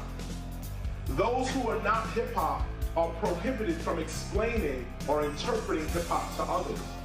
Hip-hop respects the laws and agreements of its culture, its country, and those it does business with. Hip-hop is the name of our collective consciousness. As a conscious way of life, we recognize our influence on society, especially on children, and we forever shall keep the welfare of both in mind. This groundbreaking document is the only legally established, NGO-recognized agreement in the world regarding the existence of hip-hop as a legitimate global culture of peace and prosperity. It was at this historic gathering of serious scholars, UN delegates, artists, hip-hop pioneers, and journalists that the Hip Hop Declaration of Peace was established by hip-hop for hip-hop, with the ceremonial acknowledgement of the United Nations Educational, Scientific, and Cultural Organization, UNESCO. As KRS-ONE stated at the signing of the Hip Hop Declaration of Peace, quote, "Now that we exist, there will never not be a time where we shall not exist. Even if hip-hop stops tomorrow, it will always be remembered.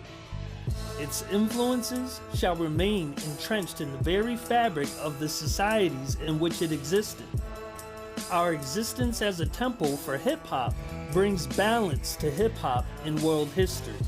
Knowing that hip-hop is the name of our social group in world history, it becomes obvious then that no one is going to intentionally protect, promote, and preserve hip-hop for the sake of hip-hop.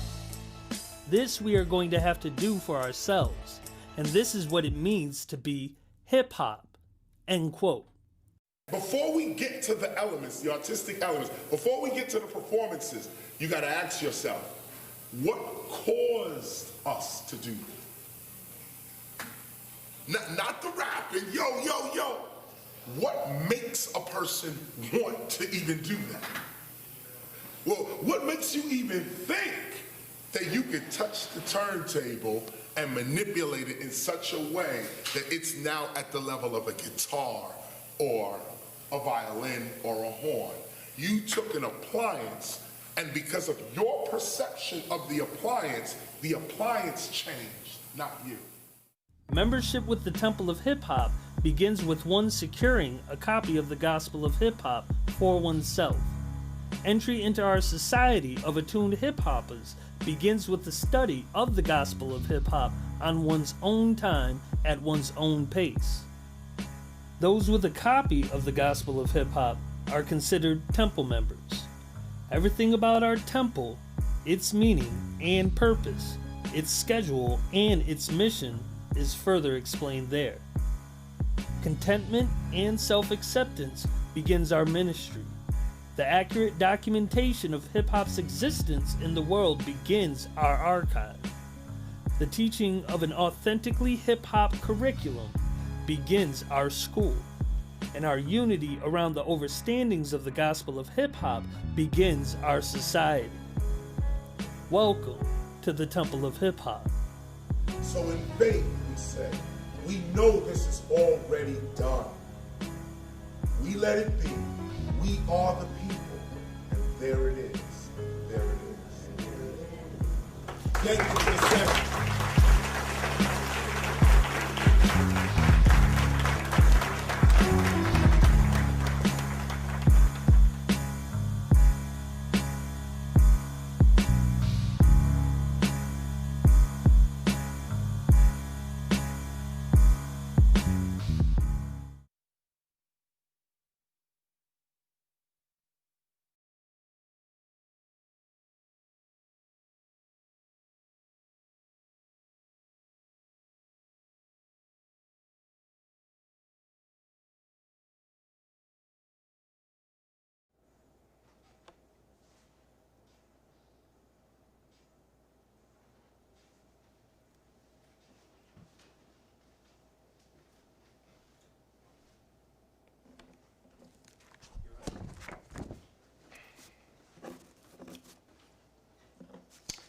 Okay, we have returned. I hope you guys enjoyed that, those coming back from their break. We're now going to get into our lesson. And I played you some of the film that you just watched introduces the lesson. What we wanted to show you within this lesson, matter of fact, I'm going to read a little history here before I get into that. What we wanted to show you with that film was just a brief history of the Temple of Hip Hop and some of the work that we've been doing. As the film discusses, the Temple of Hip Hop began in 1996 officially, but the movement began really in 1989, early on with the Stop the Violence movement. Shout out to Zulu Nation. Big up to, again, all in the same gang, Human Education Against Lies, and so on and so on. All of these organizations, especially Zulu Nation, are at the forefront of what original hip hop was all about. And not just the music, but the culture of hip hop, what the principles were going to be about. You'll notice also within the film as well that there was a picture that I showed to Cool Herc. It was funny because we was having a conference. It's one of our many conferences, and we had Cool Herc, we had Grandmaster Kaz, Busy B, Kool Mo D, others that were there as well. Mad Lion catered the whole event. But you'll notice that I was showing Cool Herc my baby pictures. I was showing him some photos of my baby pictures, and I needed him to verify that there were certain tags in the picture and so on, but I wanted him to verify that what we were looking at was me at 8 years old, actually me and my brother Kenny. I'm 8, he's 7. It's 1973, summertime. Now we know that Cool DJ Herc comes out, or at least the legend is that, or the flyer is where it starts, but the legend from the flyer is that on August 11th, 1973, Cool Herc, at the request of his sister Cindy, she was having a birthday party, she asked him to DJ for her at the 1520 Sedgwick Avenue Community Center. Cool Herc went to the community center, started DJing, playing the breaks, this kind of thing. You know the story from here. But when the community center got so packed with Kool Herc's at Kool Herc's parties, he took his techniques, his equipment, and his talent. He took it outside to the park, and the park that he took it to was where I lived. It was a place called 1600 Sedgwick Avenue in the Bronx, which is just, it was like 1520 was here. There's a small, like a private house or something, then like a little garage, and then the park. And then the building I lived in, 1600. So it's like, it's 1520 and like two structures, then the park and the building I lived in. So we're like 8 and 7 years old when we're first starting to hear Cool DJ Herc. And others in the neighborhood. There was a DJ called Mandingo. There was a DJ called Elvis 007. Pete the DJ Jones. There were several DJs out there. I'm missing names, of course. But my focus was on Kool Herc. And not only because the legend is that Kool Herc begins hip hop at 1520 Sedgwick Avenue, but that I was there. And I was there at 1600 Sedgwick Avenue right around the time when Kool Herc would come out with his system. And others came out with their sound systems as well. And we, as young kids, would just enjoy any DJ that came out and was playing music. We used to call them block parties, or the jam. We go into the jam, yeah, I'm going to the jam. And DJs would be out there jamming. The point is that this is why we practice hip hop in the way that we do. This is divinely ordained. No human mind could have put KRS-ONE at the birth of hip hop with Kool Herc, knowing that I was going to grow up to be this. At 8 years old, I had no idea. First of all, the word hip hop didn't exist when I was 8, and neither did rap music. Okay, there were rappers. Matter of fact, there's a dude called H. Rap Brown, one of the meanest rappers out, revolutionary Black Panther. There's also Muhammad Ali, fierce rapper. Dude had rhymes spitting raw, okay, and many others. But you got me thinking about these guys actually. But no, the point of the matter is that as a divine culture, why was I there? I mean, you could say, musically, I don't even know what you could say, because I'm reaching for human intellect in this, and I can't find it. I can only relate to the divine on this, because what is the intelligence that would place my family at the birth of hip hop, before we knew it was hip hop, before I would be a rapper, before anything? What would place us there? And then, not only do I grow up and become a rapper myself, but I become the preserver of the culture itself. Like, I have this feeling about the culture that motivates me toward this way. Now, I didn't know back then that I was sitting in the birth of hip hop. I didn't know. I was 8. I didn't know this until I was like in my 30s, actually. There's a movie called Rhyme and Reason. And this is when I first learned of this. There's a scene in the movie Rhyme and Reason where Grandmaster Caz, who's there with us in the film, Caz is explaining that this park is where hip hop begins. He explains the story as to how Kool Herc came out, and this is the park. And when I saw him explaining the park, I said, I used to play in that park years ago. And that's when I reached for my baby pictures and saw I was there at the birth of hip hop. And then I took it to Kool Herc and Busy Bee and Grandmaster Caz, and they confirmed, yes, that's the spot. So now we come to a temple for hip hop. And now we get to see, like, wait a minute. You mean to tell me God knew this all along? You mean to tell me that even when we're moving unconsciously and don't even know what we're doing, we're being guided? Like even right now, as I'm speaking to you right now, this is divine guidance. And how do I know that? Because I can look back and see who was really carrying me. Those that know the footprints poetry, though you can really look, you know, you're being carried by God. You look back and you think it was your footprints, and you find out, you was being carried. Those are God's footprints. And you realize, and not only do you realize it from the past, but once you get that past revelation on you, you get a bright future. Because now you say, I am divinely guided. How can I possibly have been? What force, what intelligence, what can't be explained in human mind, can't be explained with the human mind. You gotta move to the divine on that. So now this little 8-year-old that you saw in the film, little baby pictures, I got some wild cut off shorts, so don't blame me for my clothes. I was poor, okay? But we're there. So this 8-year-old dude grows up and takes on knowledge reigns supreme over nearly everyone.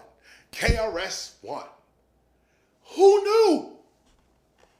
Did I really give myself that name, or did something else?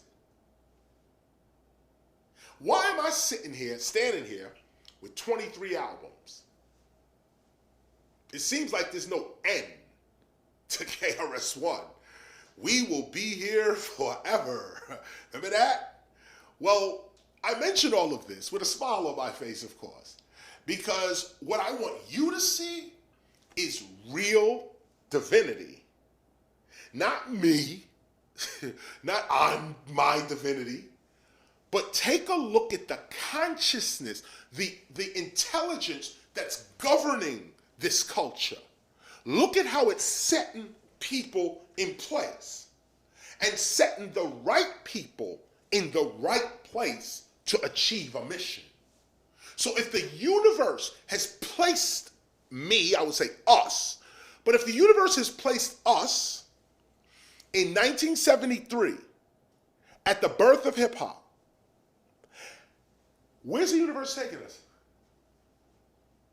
Something wants us to exist. Something wants us to succeed.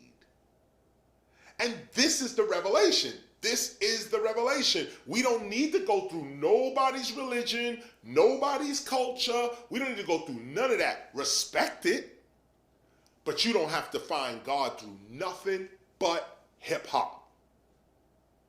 This is the new way. Some will discard it.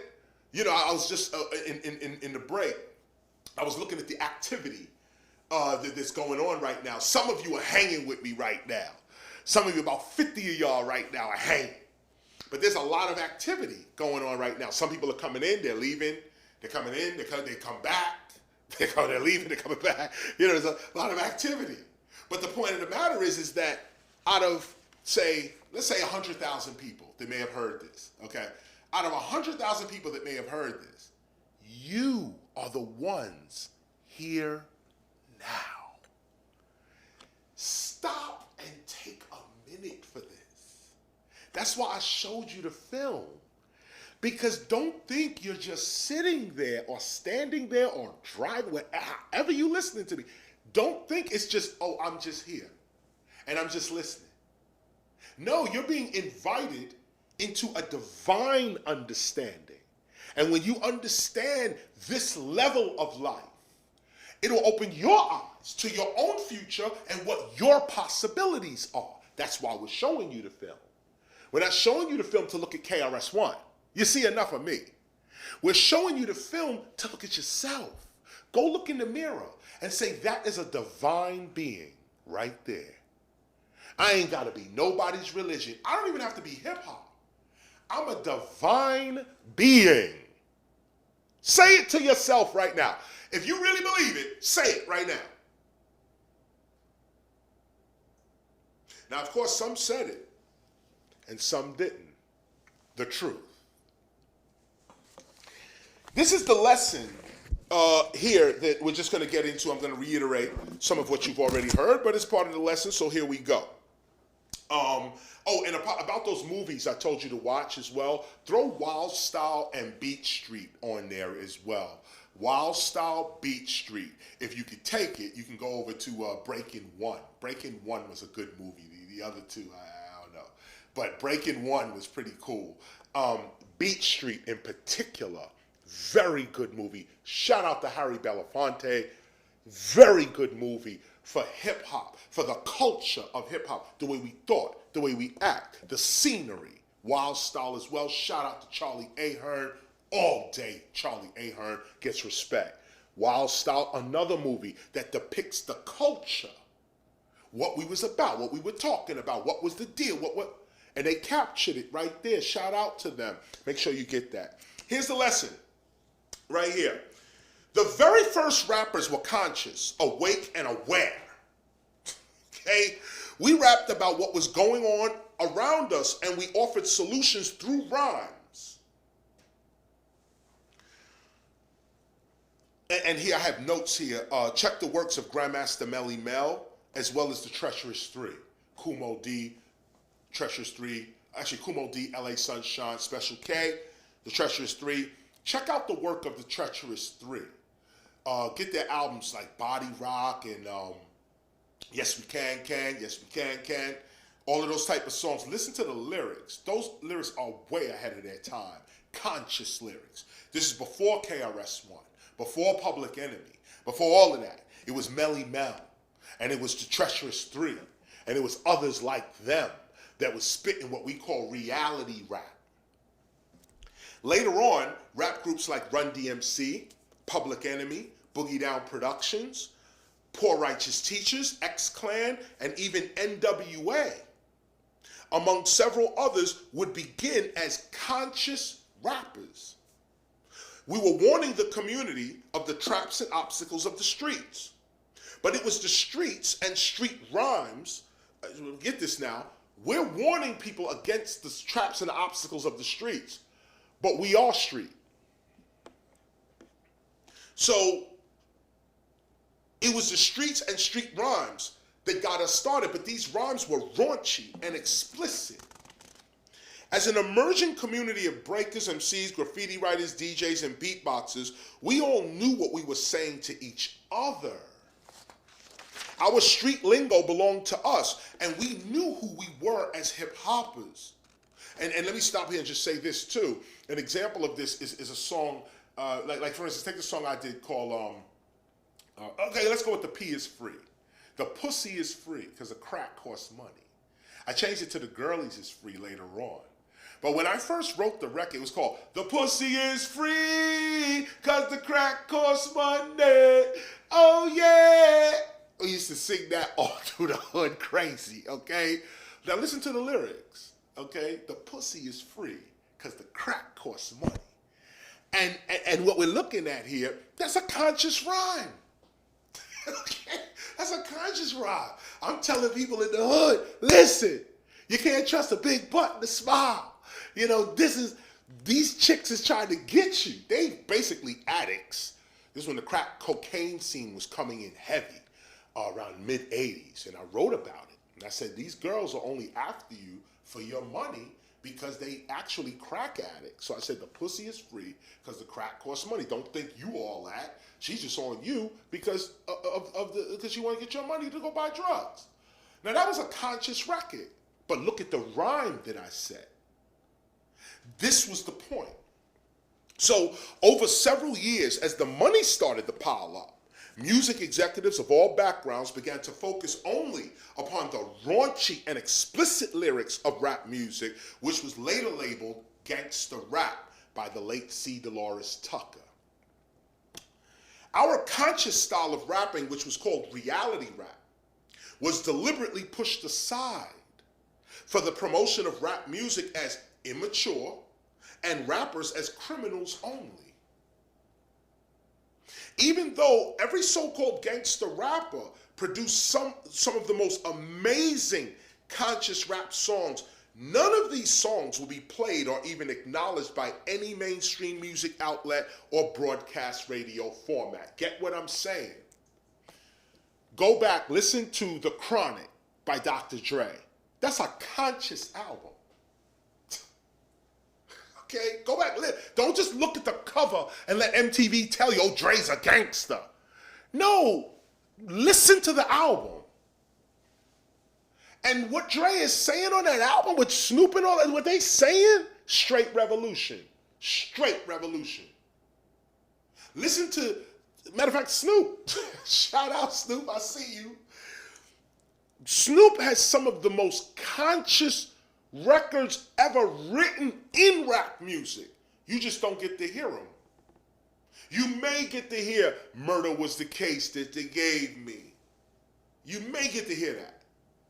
But you don't get to hear that other stuff that Snoop was laying there. There's some song he got to go, I can't even get into it right now.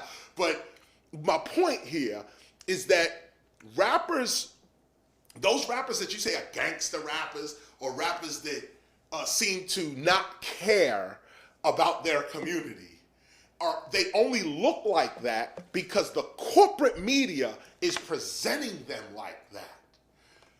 Everyone who is rapping about crack, this, that, they got conscious rhymes on their album. So if you listen to the album, you'll get the conscious rhyme. You'll see what it is. This Eminem has one of his albums, he actually comes out and explicitly says, if you think that I believe in all of this stuff that I'm saying, I'm going to kill you. So poetic, okay? But he said it explicitly on his album. Why that never got played?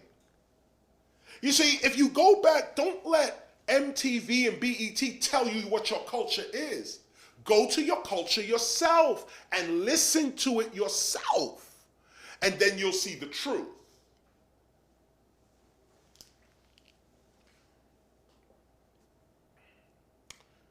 As the first invasion into Iraq took place, remember that, 1991?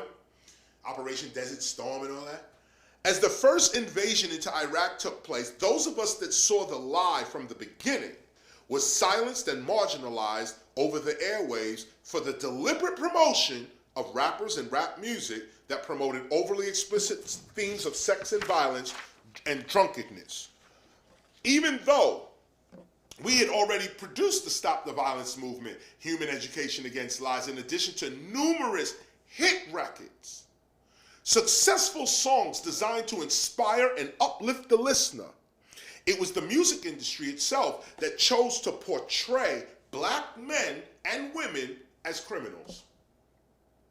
We saw this. Now, and get this, okay, because this is the most, I'm not going to go into this for the rest of the year. That's why I'm saying it now at the top of this orientation, okay? Let me read this to you one more time.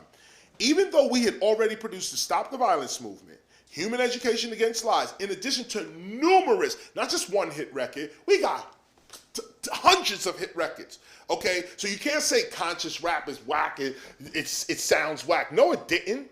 Our records was slamming, okay? Successful songs designed to inspire and uplift the listener. It was the music industry itself that chose to portray young black men and women in particular as criminals. We saw this, and we immediately went to work against this deliberate attack against our community. What they were doing from about 1990 to about 2000 was deliberately criminalizing the public image of young black and Latino men and women in particular in preparation for the emerging prison industrial complex that was to come years later. Do you hear what I just said? What they were doing from about 1990 to about 2000 was deliberately criminalizing the public image of young black and Latino men in particular in preparation for the emergent prison industrial complex system. Now we say today, they're locking all of our kids up. But in 1989, we told you that was going to happen. We said, you're headed for self-destruction. If you don't listen when someone warns you, there's no sympathy for you when you get snagged.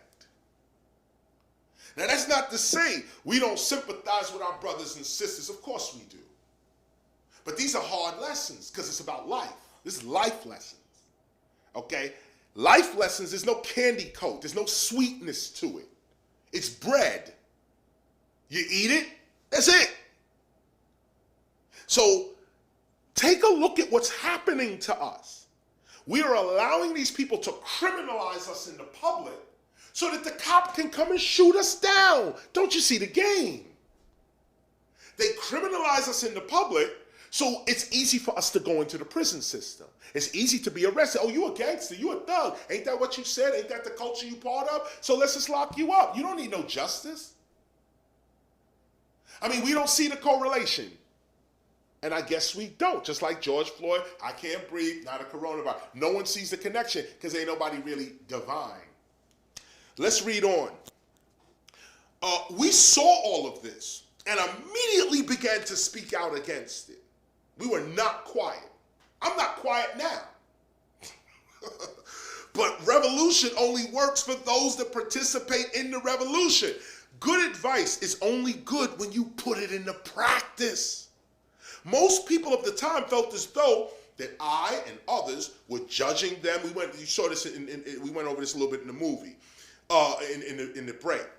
Most people felt at the time that I and others were judging them or unjustly criticizing their music styles. Others felt as though we wanted to own hip-hop and have others follow our interpretation of hip-hop. This is what was going on. All of this was simply not true. What was true was that by the end of the 1990s, corporations of all sorts began to interpret hip-hop in any way that they saw fit to meet their corporate bottom line. Money was their interest, not us or our children. Money, not us or our culture. Money. They were exploiting us. Imagine, hip-hop is unprotected. The pioneers and architects of hip-hop step up in the 90s and say, let's unite, y'all. Let's come together, y'all. Let's stop dissing ourselves. Let's speak more positive and conscious, y'all. And others of our own community said, nah, we want this money. And we don't care about culture. We don't care about none of that. We just want money. And that's what you got. That's what we are dealing with today. It was a choice made in hip-hop, which is why I'm not even mad about it. Because most of the people that you say, most of the people that are recognized as your icons of hip-hop culture or the GOATs of hip-hop, greatest of all time, or, you know, your moguls and rich people in hip-hop, they all know what I said. And they chose deliberately to betray it. So I don't have much sympathy. I have empathy. I don't want to see any of my brothers and sisters hurt, locked up. But imagine what it feels like for me. Imagine what I feel like. Imagine what the person feels like that warned you for your own good. And then you turned around, dissed him, and got shot and killed. Tupac, Biggie. Come on. They knew me. Tupac called me his father in the movie Thug Angel. He said, people like Big Daddy Kane and KRS-ONE, those are my fathers. But did you heed the advice, though, of your fathers? Biggie knew who he was. I've been in the studio with Biggie, me and Mad Lion, hanging out with Biggie, Puffy, all that. Puffy remixed Step Into a World. Big up, shout out to Bad Boy on that one. But did anybody heed the message?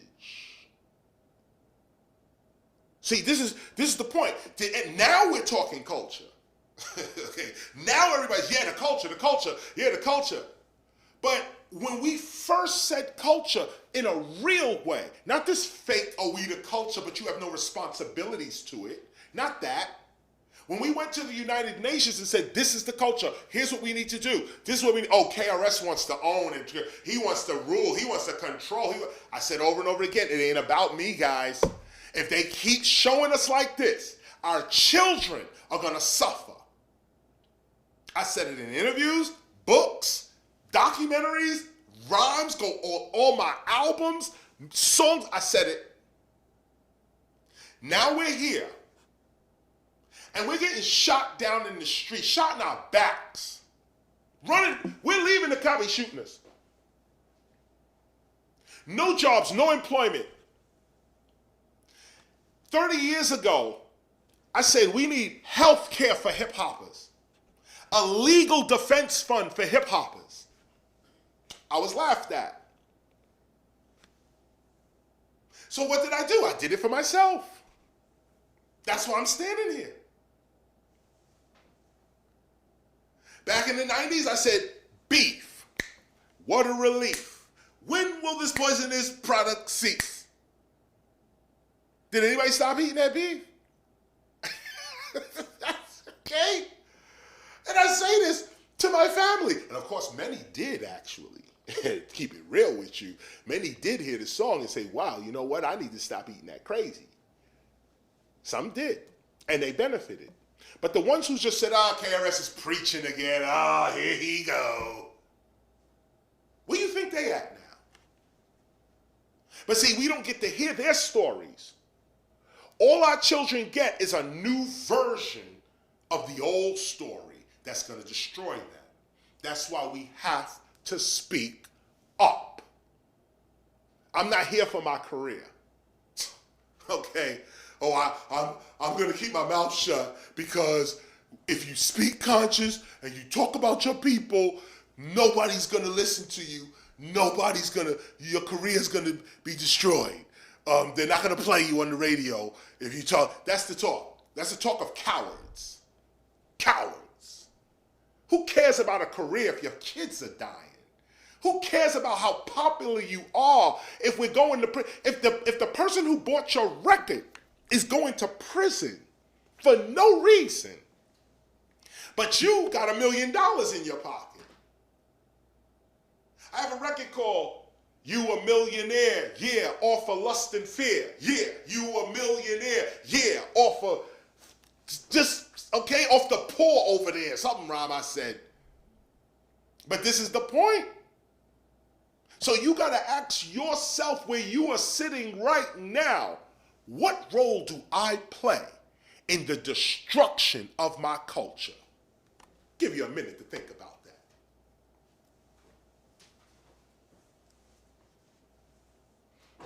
Obviously, the next question is, what role do I play in the progression, development, and further creation of my culture? Give you a minute to think about that. See, these are the potent questions that decide where you stand with the culture. This is the discussion that has to happen. And this year, we're going to bring this discussion to everybody. Our children are not exempt from this discussion. So I don't know if y'all know rappers that, the popular rappers today, if y'all managers or you work for some of these rappers, you're producers for some of these rappers, just know that KRS-ONE and the Temple of Hip Hop, we're going to approach them this year in love and in respect. We will unite this culture, and we're going to unite this culture. Those that don't want to be involved, you don't have to be.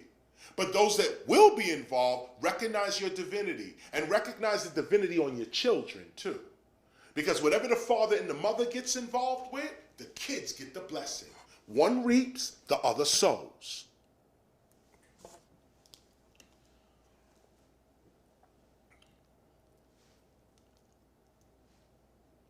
With our popularity and talents,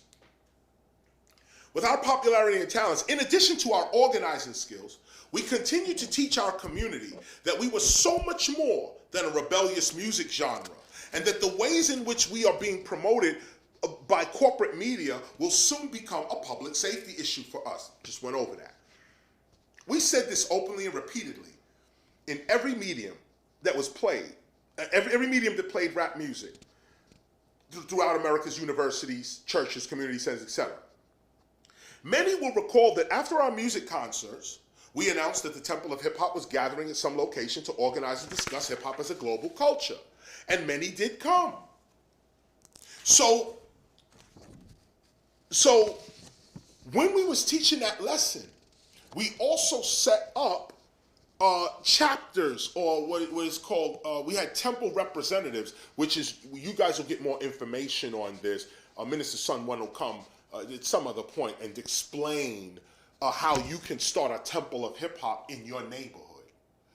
With this gospel, gather the hip hoppers that are there, that are serious, and teach them the gospel of hip hop. So then when the touring market opens back up again, we got jobs. We got jobs. Because the Temple of Hip Hop is not just about talk, it's about action. If you want to be an apprentice with this, you're going on tour with us. You have to. That's the only way you're going to learn. So you got to start saving your money. You got to start hearing these lessons, because I'm going to show you how to get money too in these lessons, okay? I'm living what I'm teaching. So I'm giving you the example as to what it is. We're going to get deep this year with hip hop, okay? I survive off this, hip hop. I don't have no corporate backers. I don't have no $1 million somewhere in a Swiss account. I don't have all that. I live off God and my ancestors. And so if you respect that, give to the Temple of Hip Hop, and not just money, give ideas. That's what we really need, ideas, new ways to do things. Give us new knowledge. Correct me. If I say something stupid up here, tell me. KRS, that was wrong. KRS, you should say this. This is a temple. We are all learning, including the teacher. I'm hoping to raise up some apprentice that will even go further than me. That's the role of a teacher. Create students that surpass you. So you guys got your work cut out for you. Okay, hold up. I'm just going to skip this here. Okay, here we go. No, wait a minute. Let me just speed this up real quick. Give me my time, please, real quick. 9:25. Okay, good. We're good. We're going to be out of here in a minute. I just want to make sure we get this. Hold up. I'm just going to move to this, because we went through all of this. This is a transcription of the, okay, here's where I want to be. Okay, okay. Here we go, y'all. Next week, I'm going to do a deeper version to this lesson as well, what I just read into, and also what I'm reading now. Next week, I'm going to do a deeper version when I can show you the PowerPoint, and then we'll go deeper into it. Next Sunday, y'all, 7 o'clock. All right, listen to this. Traditionally, hip-hop has been approached as an art form that consists of 4 core elements: breaking or breakdancing, MCing, M.C.ing, or EMCEEIN. I'll get into their differences later. Rap, that's rap music. Aerosol art, which is graffiti art or graffiti writing. And DJing, the cutting, mixing, and scratching of recorded materials. These are called the core 4 elements of hip-hop. Hip-hop's core 4 elements, however, also encompass specific, unique urban clothing styles, language styles, business and trade techniques, as well as a collective body of knowledge derived from its internal experiences with itself and the world. The practice of these early hip-hop elements have produced uniquely rich stories, hip-hop legends and myths, original hip-hop arts, popular hip-hop music, and thought-provoking hip-hop poetry that critiques and interprets the world in which the hip-hop community lives. Therefore, from our initial core 4 elements, we expand into 5 more cultural elements: beatboxing, street fashion, street language, street knowledge, and street entrepreneurialism. It is hip-hop's initial core 4 elements that cause its other 5 to exist. Did you hear that? I'll say it again. It is hip-hop's initial core 4 elements, breaking, MCing, graffiti, or DJing, that cause beatboxing, fashion, language, knowledge, and entrepreneur skills to exist. Breaking, B-R-E-A-K-I-N, MCing, E-M-C-E-E-I-N, originally M.C. as an abbreviation of Master of Ceremonies. Like D.J, like D.J. That's DJ. Matter of fact, you know what? Let me just say this to you, and I'll come back to this because I'm reading it like this. Let me just say this to you. Breaking, B-R-E-A-K-I-N, is not a slang word. It is a new word in the English language. That's what I'm trying to say. Breaking, MCing, tagging, bombing, burning, piecing. These are not slang words. These are new words in the English language. MCing, E-M-C-E-E-I-N, is what in our culture divine speech. MCing. The way you would say insulin, penicillin, mucin, these are elements. They're not, you don't say penicillin, you say penicillin, insulin, new words, breaking, MCing. That's how they're supposed to be approached. When you spell them without the G because they're new words. They're not slang words. The names, pronunciations, and spellings of hip-hop's core four elements are not new words. Are new words. They're not slang words or misspelled words. They are new words with new meanings. Here's a condensed list of hip-hop's official 9 elements. Now, I'm going to skip this because I'm going to bring this up next week. All this gets brought up next week. And what I have here is a list that says, DJing, MCing, breaking, MCing, graffiti art, DJing, and I go into that. Next week, I'll go into that more in depth. As a matter of fact, while you guys are here, tell me what page the Definitions is on so I can tell those who will get their Gospel of Hip Hop. Oh, by the way, too, the Gospel of Hip Hop on the KRS, I went to the KRS site. The Gospel of Hip Hop, of course, is sold out there. It's always selling, and thank you for that. But we're going to... It'll be up tomorrow. Okay, yeah, we remedied that. Tomorrow we'll have Gospels. I'm sorry, say again? Page 102. So for those that, I'm skipping the lesson, but for those that want to get to the lesson and you have your Gospel of Hip Hop, you could go to page 102 and begin, wait a minute, let me see this. Yeah, 102. It's called the second overstanding, which is called the Definitions. What I wanted to do was point you, go to page 113. 102 is the beginning of the overstanding. You should start there. But 113 is where the definitions of the 9 elements begin on 113. So just as a side note, for further study, go ahead and do that.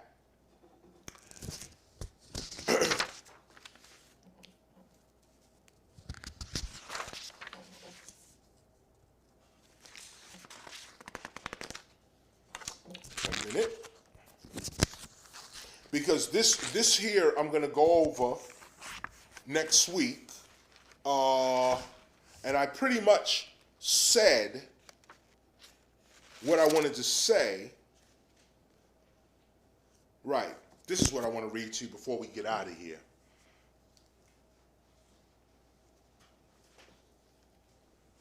As culture, hip-hop is the specific behaviors, traits, expressions, patterns, and institutions of our unique collective consciousness. That's what culture is.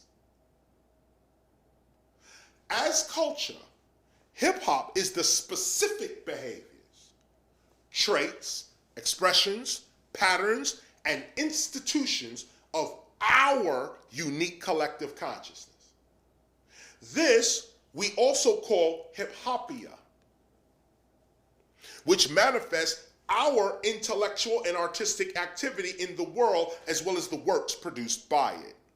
Hip-hopia is the domain of hip-hop as consciousness. It is the environment of our collective hip-hop consciousness. Remember that. Hip-hopia, that's the name of our nation, name of our city-state. This collective, this creative environment, right now I'm talking about hip-hopia as consciousness, our collective thought on hip-hop. This creative environment or activity, hip-hopia, is a reality maker. This reality maker, this creative environment or activity, hip-hopia, is a reality maker that one becomes in order to fully understand and make use of. We first saw this reality-making ability studying the experiments of Grandmaster Flash, among others, that were able to transform certain subjects and objects in an effort to physically manifest that which only was an idea a moment ago. As simple as this ability may seem to be, coming from my mouth, it is its application that is most astonishing. How Grandmaster Flash transformed the turntable from an appliance like a stove, a refrigerator, or a blender, into a musical instrument like a guitar or a saxophone or a drum is but one of the traits or principles of hip-hop as consciousness. Let me give it to you again. How Grandmaster Flash transformed the turntable from an appliance like a stove, a refrigerator, a blender. Remember, the turntable was like a refrigerator, like an iron. It was called an appliance. How Grandmaster Flash took an appliance and turned it into a musical instrument like a guitar or a saxophone or a drum is but one of the principles and abilities of hip-hop as consciousness. Studying Grandmaster Flash's display of mind over matter, which is an acronym for MOM too, by the way. Mind over matter, we see how because of Flash's ability to perceive outside of what was standard for turntables, mixers, and phonograph records at the time, he was able to repurpose them, transform the use of them to fit his imagination. You got to see what I'm saying here. This is what they don't want you to see regarding hip-hop, that you could change reality with this. Forget getting money. You could create a reality where you don't need money. Don't let them lock your mind down to their interests. That means they got you locked in their culture, locked in their principles. Hip-hop is a reality maker. I mean, just take a look with hip-hop. Those of us with no knowledge of business are billionaires. Just because we said so. Like, you gotta see this. You gotta look at this. A couple of us said, we are CEOs of our own company. Years later, that's exactly what we became. The song Rapper's Delight. In the song Rapper's Delight, he says, I got a Lincoln Continental and a sunroof Cadillac. So after school, I take a dip in the pool, which is really off the wall. I got a color TV so I can see the Knicks play basketball. Let me tell you about checkbook, credit cards, more money. Now, when they were saying all that, they didn't have none of that. Checkbook, credit card. Big Bank Hank was working in a pizza shop. They cleaning up. He wrote, I got a Coupe de Ville, diamond rings. I even got gold. But he was poor in the pizza shop. Also with Grandmaster Caz. He was managing Grandmaster Caz at the time. He in the pizza shop, broke. But look what he's writing. And then what he wrote and spoke eventually became true for him. Tell me that ain't divine. Tell me that's not divine speech. What we call the metuneta. The medunecha. Tell me that's not what that is. The gift of Ptah. This is ancient Kemetic knowledge, but I'm just dropping on you. Ptah, a god, self-created god, black god too, by the way, who spoke and said, who advised, he said, it's the combination of the spoken word and the heart creates reality. We hip-hoppers knew this. We were divinely ordained. Go back to 1520 Sedgwick Avenue and 1600 Sedgwick Avenue in the Bronx. Why were we there? Divine intelligence. So if divine intelligence is guiding us, then we're using divine intelligence to make us who we are. Be careful what you say. If you real hip hop, be careful what you say. I give the analogy all the time. Me and Scott LaRock, we criminal-minded, gats on the cover. Now my DJ's dead, killed by gunfire. He wasn't stabbed. He wasn't strangled. He wasn't burned. He was shot. And this is what we was promoting on our album. Now, of course, when I was coming out, you go listen to Criminal Minded, I'm the teacher through the whole album. But the image that we put forward brought that right back to us. Several times, I ain't gonna get into it here, but I ain't supposed to be here either. The life I was living, I ain't supposed to be here either. No, but I'm here. Why? Divine intelligence. Slick Rick, when he made this song Children's Story, ran up the block doing 83, smashed into a tree near university. He wrote that first. Then it happened to him, and he got deported for many years. I laugh, but it's not funny actually. But it's humorous how we use words, they come true, then we wonder how that happened. My man Snoop, going back to Snoop, I caught Snoop in an interview. On the record, Murder Was the Case That They Gave Me. He said, I wrote Murder Was the Case That They Gave Me first. Then my bodyguard, he got into the shootout and all that, had to go to court. He said, but I wrote the record. We all think he went through that and then the record came out. He wrote about it. No, he said, I wrote the record first. Then that happened to me. You're not hearing me. We're working with divine energy. So you got to be careful what you say, and not just what you say, how you feel when you say it. Because you're making reality. And there's proof of this all through our culture. All through our culture. You don't have to sit there poor, broke, write about money. This is why I don't diss the rappers who say, yo, I got cash, I got money, I got this. Don't diss no rappers. Who you diss is the corporations exploiting them. That's who gets disrespected. Those who want to use us and exploit us and give us nothing back in return. Just sending us off to prison while they take our culture, shooting us in the back while they taking and manipulating our children's mind. No, we're dealing with divine energy. And when we realize this, we will use it to our advantage. Like I'm doing. That's why I'm standing here now. You think the devil gonna stop me? Okay, here we go. Studying Grandmaster Flash's display of mind over matter. I'm reading this again. We can see how because of Flash's ability to perceive outside of what was standard for turntables, mixers, and phonograph records at the time, he was able to repurpose them, transform the use of them to fit his imagination, thus transforming their actual functions, definitions, and uses in the whole of the American society. This ability to transform subjects and objects to perform according to one's own perception of them is one of the forgotten traits or abilities of original hip-hop. This ability is what gave rise to several of hip-hop's artistic and cultural innovations.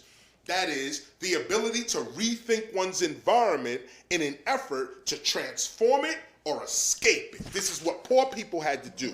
We had no way out. We had no way out. We were trapped in the Bronx. They had us.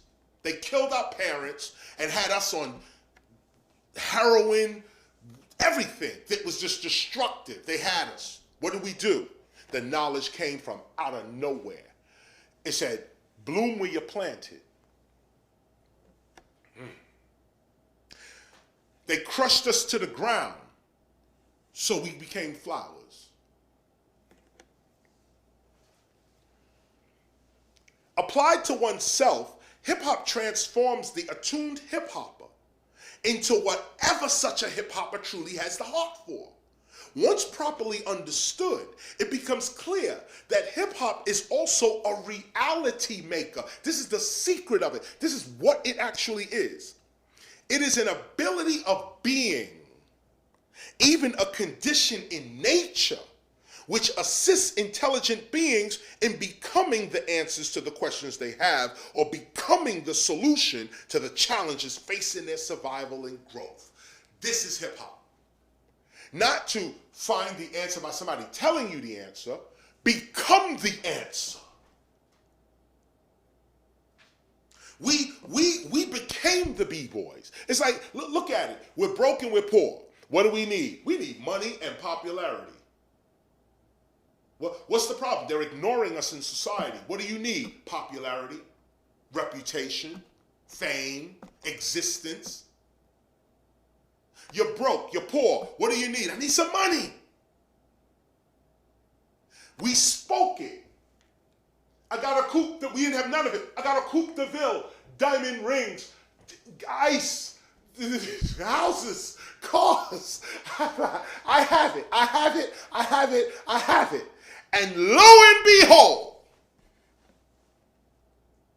now hip hop has it so much that people are complaining.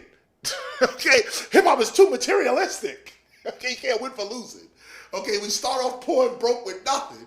Now we become billionaires, and that's a problem too. So, again, and the problem is really character. Because, again, you should really only speak of that which you have the heart for.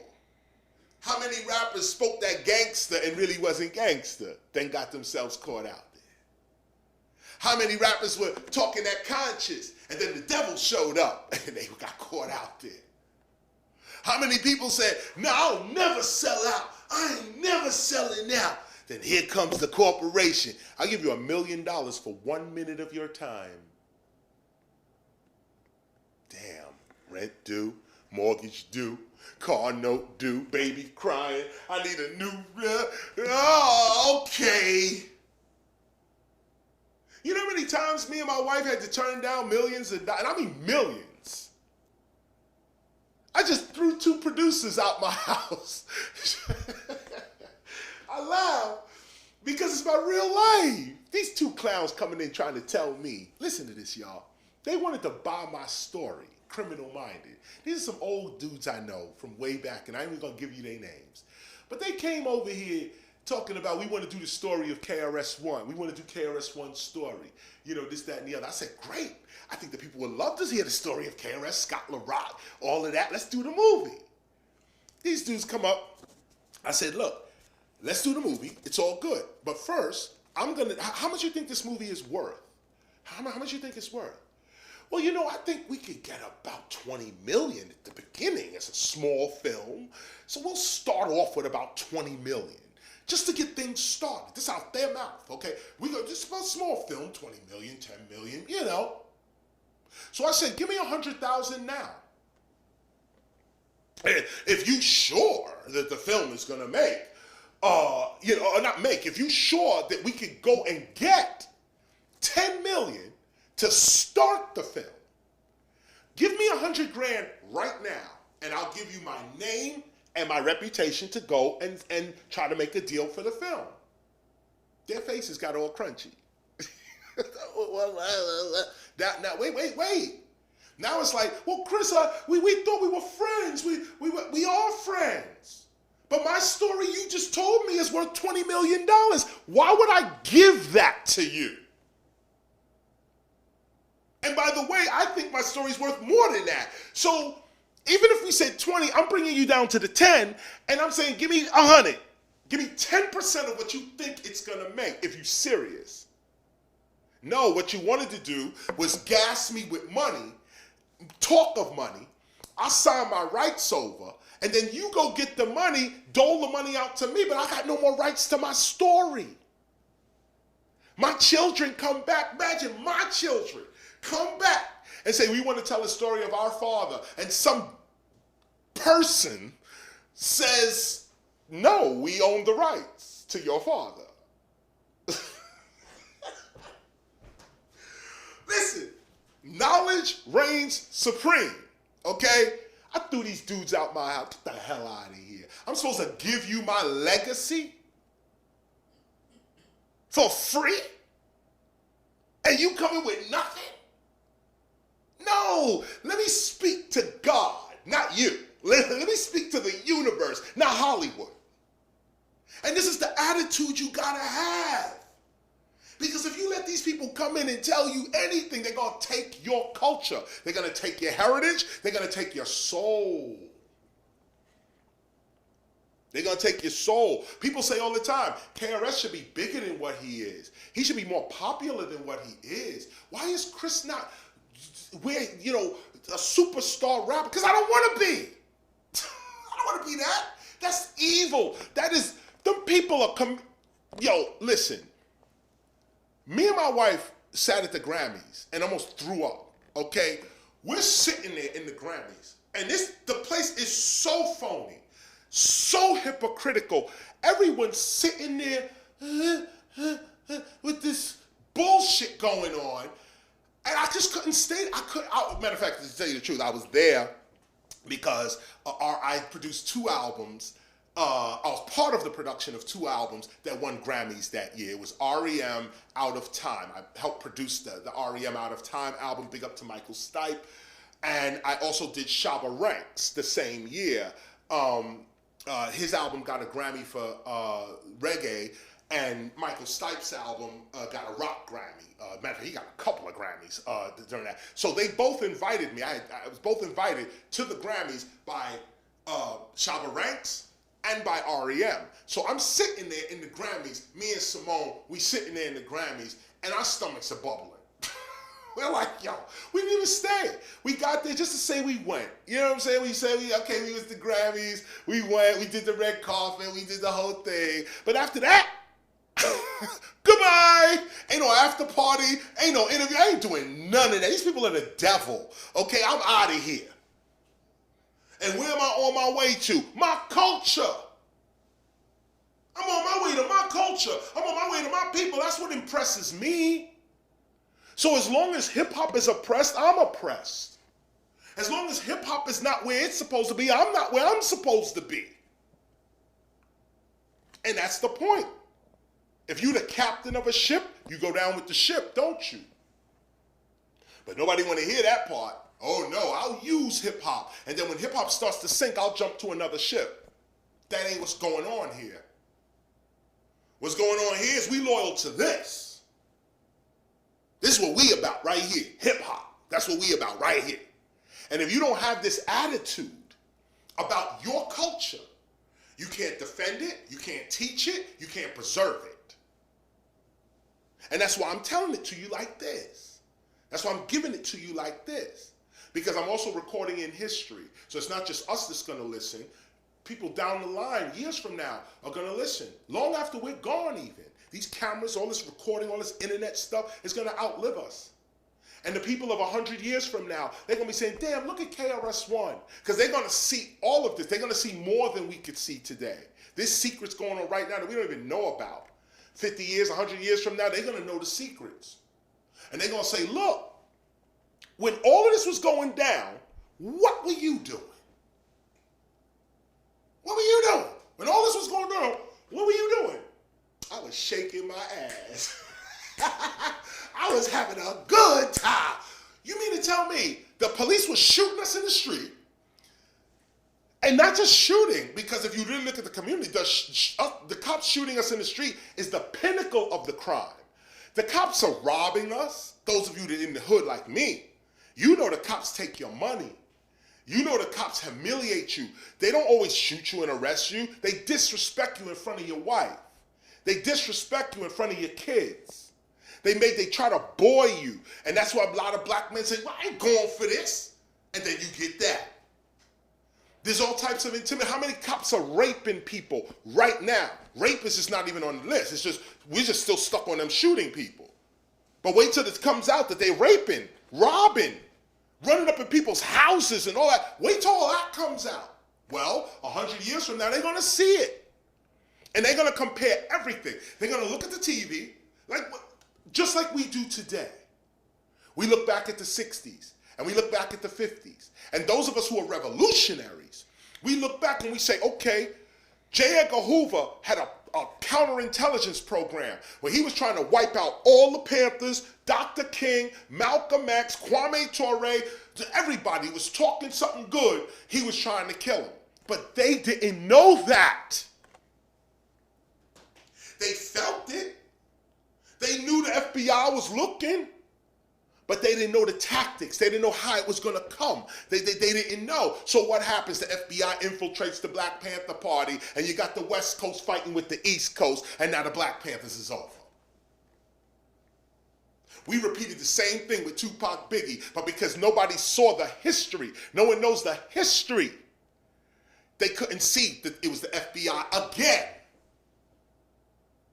You can't see it. Why? Ignorance. Why are you ignorant? Because your focus is on MTV, BET, VH1, and the radio pumping bullshit into your mind. So now you got to make a choice. I'm going to keep watching bullshit and expect to be successful in life, or I'm going to turn bullshit off and get with truth. Truth. But most people are afraid of the truth. And that's why so many people are walking around. Like I said, I don't blame nobody for nothing. The more ignorant people in the world, the better it is for the teacher. And it's not good to say. That's a hard thing to say, ain't it? It's almost like I want you to be ignorant so I could be smart. Ain't that some stupid? Like, look at that. But again, I say it because there are people who really think. People really think this. What do you think the public school system is about? They keep you stupid so they can stay smart. The minute you leave the public school system, or did I say that? The minute you leave the public school system, your mind opens. But you have to have the courage to drop out. Did I just say that? Did I just say drop out of school? Hell yeah. That's what we teach in here. Fuck school. That shit is bullshit. If you really want the truth, not at all, not I'm tiptoeing and dancing. If you really want the truth, quit school. Follow your purpose. If you really want the truth, you don't have to be educated by nobody. Go to the public library and read whatever you want. This is the truth. Everything else up against this is a lie. Let's continue. It is the same intelligence, talking about this hip-hopia consciousness, okay? Hip-hopia consciousness. Applied to oneself, hip-hop transforms the attuned hip-hopper into whatever such a hip-hopper truly has the heart for. Once properly understood, it becomes clear that hip-hop is also a reality maker. It is an ability of being, even a condition in nature, which assists intelligent beings in becoming the answers to the questions they have, or becoming the solutions to the challenges facing their survival and growth. It is the same intelligence that decides that a turtle needs a shell, or a bear needs claws, or some snakes need venom, or that certain insects need to blend in with their surroundings in order to survive. The intelligence in nature that heals and puts everything back together in the way in which nature intended it. This natural intelligence that adapts itself to challenges through direct transformation of either the challenge or oneself is hip-hop.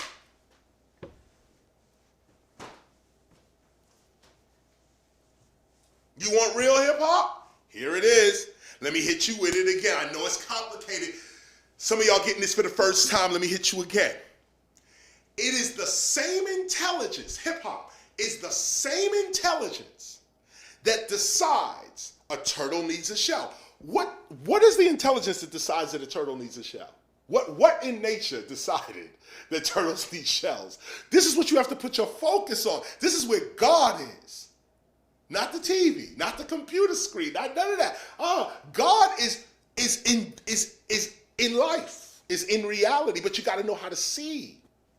So you ask yourself, when I get cut, what is the intelligence that puts my skin back together and back together in the way it was. That means if you get cut and your body knows to put itself back together, that means there's a you that's supposed to be. There's a truth about you that you're supposed to be. And if you cut something of you or damage something of you, there's an intelligence that puts you back where you're supposed to be. This intelligence also puts cultures back where they're supposed to be. When a culture is cut, dispersed, shattered due to war, invasion, colonialism, imperialism, there's something in nature that puts things back together the way they supposed to be. When you throw a rock into the river, it disrupts the river. Or it disrupts the pond, I should say. You throw a rock into a pond, it disrupts the pond. But the pond comes back together. The intelligence that decides that a turtle needs a shell, or bears need claws, or snakes need venom, or certain insects need to blend in with their surroundings. The intelligence in nature that heals puts everything back together in the way that nature intended it. This natural intelligence that adapts itself to challenges through direct transformation of either the challenge or oneself. This is the principle by which hip hop emerges from. This is hip hop. Being hip, meaning aware, to one's hop, meaning movement, jumping up, springing up. Being hip to one's hop, I didn't do that lesson, I'm do that next week. But for those of the Temple of Hip Hop that already went through this lesson last year, you already know what this is. Being hip to one's hop. Knowing why we are moving like we are moving deliberately according to our innate hip hop awareness and not according to the environment presented to us is what saved us. Did you hear that? This is what saved us. They presented us with a way and said, you're supposed to have bacon, eggs, milk, cheese, orange juice, and toast as a balanced breakfast. We said, fuck that. We're going to eat oatmeal, cream of wheat. And that's what we're going to eat. Come to find out, eating bacon, eggs, pancakes, butter, milk, orange juice, all at the same time with toast led to heart disease. Stupid, okay? Just stupid. And they're teaching us this. They're teaching us this. And they're teaching us this because if you go and buy the bacon, buy the eggs, buy the cheese, they getting rich. And who's dying? Who's getting rich and who's dying? So we got to look at this. We got to look and say, wait a minute. Am I hip to my hop? Do I know why I move? Or is the environment, advertising, and flashing lights moving me? Free your mind. Center yourself in hip-hop. Become hip to your hop. Don't move outside of yourself. Move within yourself. This is what freed us from the oppression and blatant injustice we faced all day, everywhere in New York during these times. We simply became the answers to the challenges we faced. We became the answers. Through our experiences with hip hop, we realized that in the face of blatant injustice, if you can become anything that you need to become to defeat or escape such injustices, then such injustices are not injustices at all. Such injustices become the springboards by which you catapult your real existence into being. Or should I say, you catapult your being into existence. Take it either way. There's no reason to pout and cry over injustice. Just think past it. This is Harriet Tubman now. Okay, this is all those that got free. You could be on the plantation picking the cotton going, oh man, this is horrible. Or you can leave. But if you don't have the courage to leave, then you're on the plantation. You have to have courage to leave. You have to have knowledge to leave. If you don't have no courage and no knowledge, you can't leave the plantation. You're stuck there, and you're stuck there out of fear. Most people are on the plantation in their mind. They're on the plantation in their mind. They don't realize that slaves, not even slaves, black people used to pick cotton. Okay? Pick cotton. Do you realize that when you run to the store, like as if, like you have to have clothes, you have to have a certain t-shirt, you're craving to look good, you're still picking cotton. You see how they did your mind? Because the cotton is a plant, and you see your ancestors picking the plant, and you say, oh man, they got it so bad. They're picking the cotton on a cotton plantation. But then you don't see that the same cotton industry that enslaved your parents is the same cotton industry you're supporting today. If I can see if it was a different company, so they can say, we ain't got nothing to do with that. We're just selling cotton. And we're selling towels, t-shirts, scarves, whatever you can make out of whatever you can make out of cotton. Okay? We're just selling it. No, that's not the truth. The truth is the same people that enslaved your parents, the cotton industry, the salt industry, the sugar industry, the tobacco industry, all of these industries that enslaved our parents, we supporting them today. We in full support today. Today I put salt on a salad. Do you know what salt is? That's slavery. Yesterday I ate something with sugar in it. Actually, it was ice cream. The sugar? This was the center of the slave trade. This was the center, sugar. So our parents are picking the cotton in 18, 17, 16 something. And because we look at that and we say, oh, they picking the cotton out in the field. But you don't realize that the same place even that you watch that picture, the same, like 1700s, you're watching black people pick cotton, and you look at the region, and you say, okay, that's a plantation field, and they're picking the cotton. Now zoom ahead 200 years, that's a mall now. It's a mall now. And instead of the cotton growing up out the ground, it's distributed as clothes. And you run in there picking their cotton. If you can open your eyes and see that McDonald's, Burger King, all of this is on the plantation. What I'm speaking to you right now, I don't want to give away my location, but I'm in a neighborhood called Indian Hills. They have the nerve, okay, to put their victims on the name Indian. So why no Indians here? If there's Indian, I drive around, all I see is black, white, Latino, no Indians. No Indians around here, okay? But it's called Indian Hills. So they're telling you, we're still in Indian Hills. It's just your consciousness has changed. You have become them. So you don't even look for the Indians in these hills. This is how we have to approach our culture. This is how we have to open our minds and begin to see reality for what it is. When you walk around the United States, when you're in a mall, most times you're on a plantation.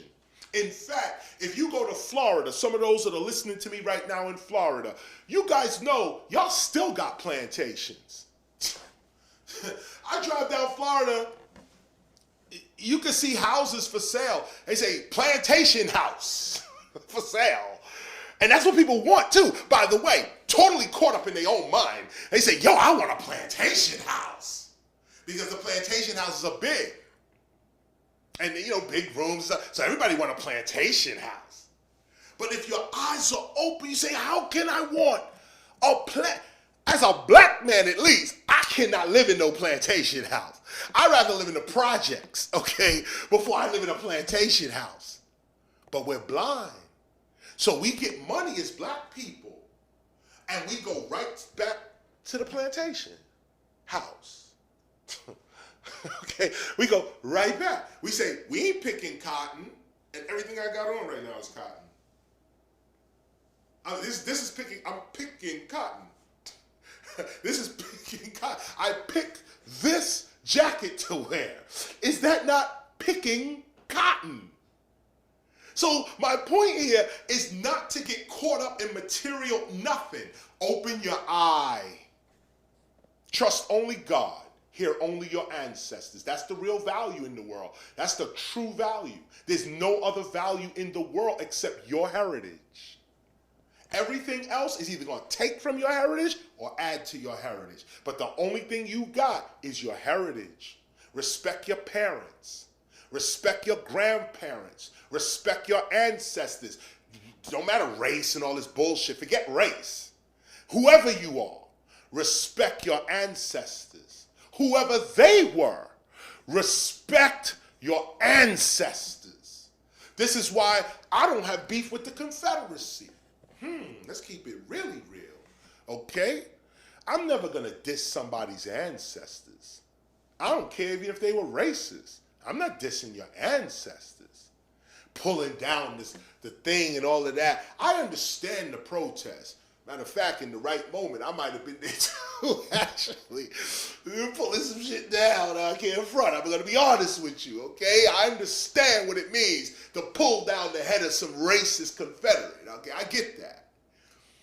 But as I turn toward God, I gain a universal sight. And my sight then says, wait a minute, where is true justice? Just because they're not offering you justice, that don't mean you step out of yourself and don't offer them justice. Instead of pulling down these Confederate monuments, I would offer that we don't pull down the monuments. We just change the plaque on the monument. Take off the lie and put on the truth. If we keep the monument up there and then say as a plaque, this person was a mass murderer. This person believed that black people should serve them and his race forever. This person had children as slaves. This person raped, robbed, pillaged, and leave the statue up there. You see, that's justice. Pulling down the statue and destroying people's art, too. I'm an artist. It could be a Confederate guy up there. It's still art. Hip-hop should not be about the destruction of art on no level. On no level should we be about the destruction of art. The original plan was we should take down these monuments and put them in a museum. That was justice. You don't need to destroy it. It's just the public has outgrown this image. So let's just take it down and put it somewhere where those are your ancestors can go there and take a look and see their ancestors. Even if their ancestors was racist against us or whatever, it don't matter. What matters is, where's the God in your heart? Are you going to allow injustice to snatch God from you? Are you going to allow someone else's immaturity to make you immature? No. When immaturity hits you, you have to be mature. That's the purpose. That's why immaturity is hitting you. Because it's time for you to be mature. When you are told a lie, it's actually begging you to tell the truth. When someone is stealing, it's begging you to give. You know, one way to avoid theft is charity. If somebody steals from you, don't say they stole. Just say they give it. Say they needed it more than I did.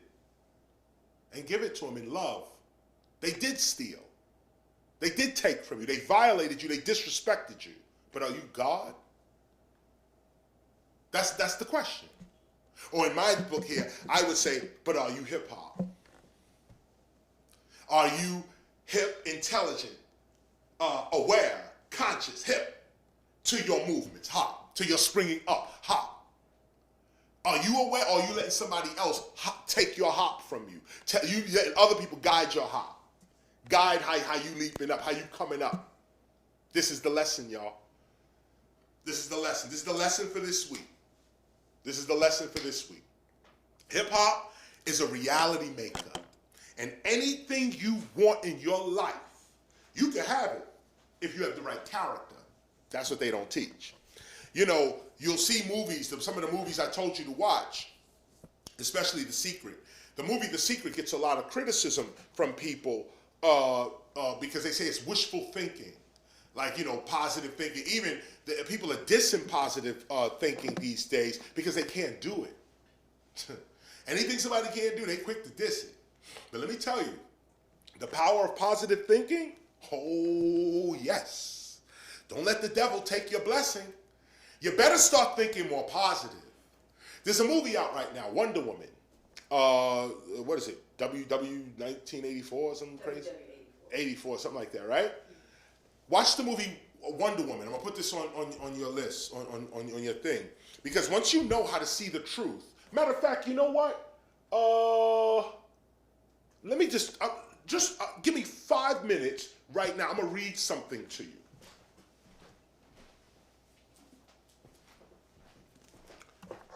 Let me just read it, because I mentioned Wonder Woman. So let me just read something. I want to show you right now the lie versus the truth.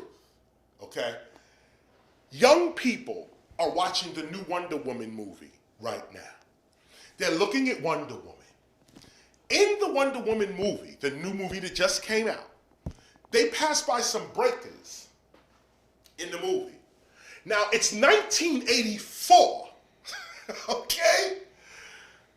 In 1984, LL Cool J was the biggest artist in the world. Okay, not America, not New York, Queens, where he's from, the globe. The globe. The globe. LL Cool J. Bigger than him was Run DMC.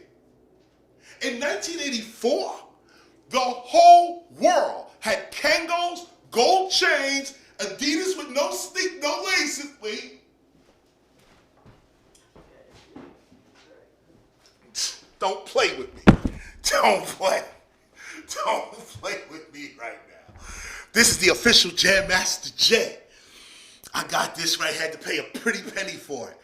But this right here, these are collector's items. These are collector's item shoes right here. And big up to you, Jay. No doubt, another sign from Jam Master J. I told you, I walked in here with Jam Master J today, and he's sitting with us taking in this lecture. And so here we are again. This is Jam Master J's shoes. I mean, this is, these are Adidas made in honor of Jam Master J, I should say. And this is what it is. But these Adidas, there's a whole history with this that young people don't even know and don't even know how it applies to them. And that's what we're going to show you here right here. Now, let me go back because I got this book real quick. This right here, I don't know if you can see it really. I'll try to put it a little closer. But you see that? Okay. This is the encyclopedia on Wonder Woman. You'll notice in Temple of Hip Hop, I have a book on everything. Probably when I do my superhero movie, my power is going to be books. That's what my power is going to be. I'm going to open up a book and be able to say, and some craziness going to happen. I love books. I recite books. I even write books a lot. Sounds familiar, right? Okay, I want to read you something from the Wonder Woman Encyclopedia. And you didn't even know they had a Wonder Woman Encyclopedia, but they do. And here it is. It says, The Ultimate Guide to the Amazon Princess, the essential Wonder Woman Encyclopedia. Why am I bringing this to you? Okay, I mentioned Wonder Woman 84. They walked past breakers, okay? When they walked past breakers, Wonder Woman said, her boyfriend, he said, oh, what are they doing? Because the guy was windmilling us out. He said, oh, what are they? He getting scared, okay? And they showed you culturally how white people first looked at breaking. They was afraid of it. I was there. I know what they depicted in the movie. It went by quick. If you wasn't there in 84, you didn't know. But it went by real quick. He saw breakers and got scared. It went by real quick. Then Wonder Woman says, oh, it is nothing. It's just art. And look what she just brushed. It's nothing. It's just art. And I looked at that and I was like, wow, you put hip hop in the movie, but you give it no respect. It's just, oh, it's just breaking. Ain't nothing. And you Wonder Woman. Now, the reason I mentioned Wonder Woman, because Wonder Woman is a goddess. Okay? Wonder Woman is a goddess. Okay? So in DC Comics, those who know comic books, you know that Marvel does the same thing. They have different universes where they tell different stories. This is, you know, when Wonder Woman is in universe 1, the universe now, you know, but there's a second universe and a third universe where Wonder Woman has other stories. Same thing with Superman. All the DC characters appear in other universes. So what they give the public is this common story right here. Then they create another universe and tell you the real story through allegory. And if you know mythology and combine it with philosophy, you could find out what's going on with your culture through comics. These people know what happened, but they can't outright tell you because they're going to lose what they got. So they put it in stories. And they tell you it ain't true, it's just a myth. But those that study Joseph Campbell, the greatest mythologist, he'll tell you straight up, don't brush off no myth. Myth is another way of seeing history. So now we turn to the Encyclopedia of Wonder Woman. And here in the Encyclopedia of Wonder Woman, we learn that in another universe, what is called the pre-crisis universe of the Earth, the pre-crisis. This is before the Earth, okay? This is how they do you, okay? The pre-crisis universe of the Earth, okay? We learned that Wonder Woman has a black sister named Nubia. Now stop here. Okay, just stop here for a minute. Stop. Okay? This is in this book. Y'all need to go get a copy if you can afford it. Here you go right here. Encyclopedia of Wonder Woman, okay? In this book, let me read it to you. I'm going to try to read this as quickly as I can. Okay? Wonder Woman's half-sister is called Nubia. As a matter of fact, wait a minute. If I could just... I don't know if you guys can see this here, but this, right? Can they see that? You can see that, right? Okay. Oh, man. Okay. You see that? Here's Wonder Woman. Here's Nubia. Okay, this is the first time you're hearing about Nubia, ain't you? Okay? How does Wonder Woman get a black twin sister named Nubia? In a pre-crisis, they're messing with us. Why is she named Nubia? She black. She could be called Sharon. She could be called anybody. Why Nubia? Why are you calling her Nubia? Oh, let's get into this right now. Okay, I just want to put this last piece on you before we go. Okay, I'm just going to show you how they do in our culture.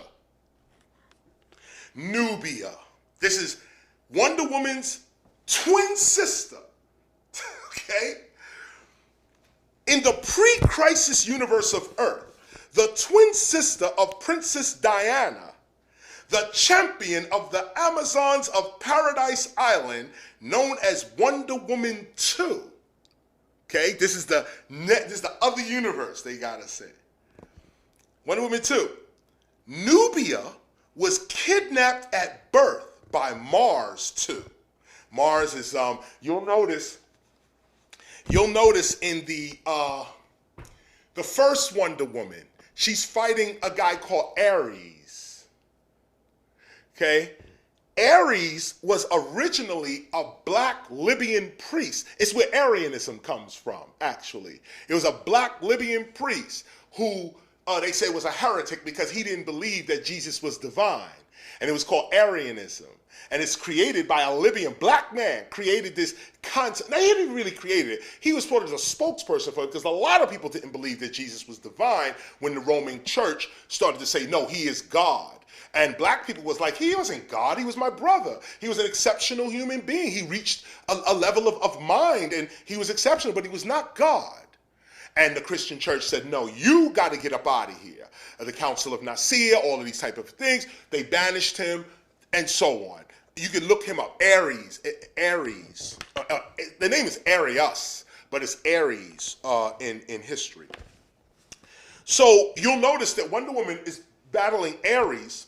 Every time the villain, what you'll notice in comic books is all the villains have black origins. Did you hear what I said? Most of the villains have black African origins. So these people like Mars, Princess Diana, Nubia, all this is black folk. All it is, okay? But let's keep Princess Diana on the European side. And let's keep Nubia on the Africa side. Let me read on. The Olympian god of war, okay, Mars. This is the guy who's called Mars. The Olympian god of war who intended on turning the second Amazon princess into his own superpowered agent of hate and destruction. Nubia was raised to become a nearly unrivaled warrior, endowed with great strength, the ability to glide on wind currents, and a sword that can cut even Wonder Woman's magic lasso. She has the sword that can cut that rope. Thousands of years after Queen Hippolyta, wait a minute, get this right. Hippolyta. Let me spell it for you because I may be screwing this up. Hippolyta.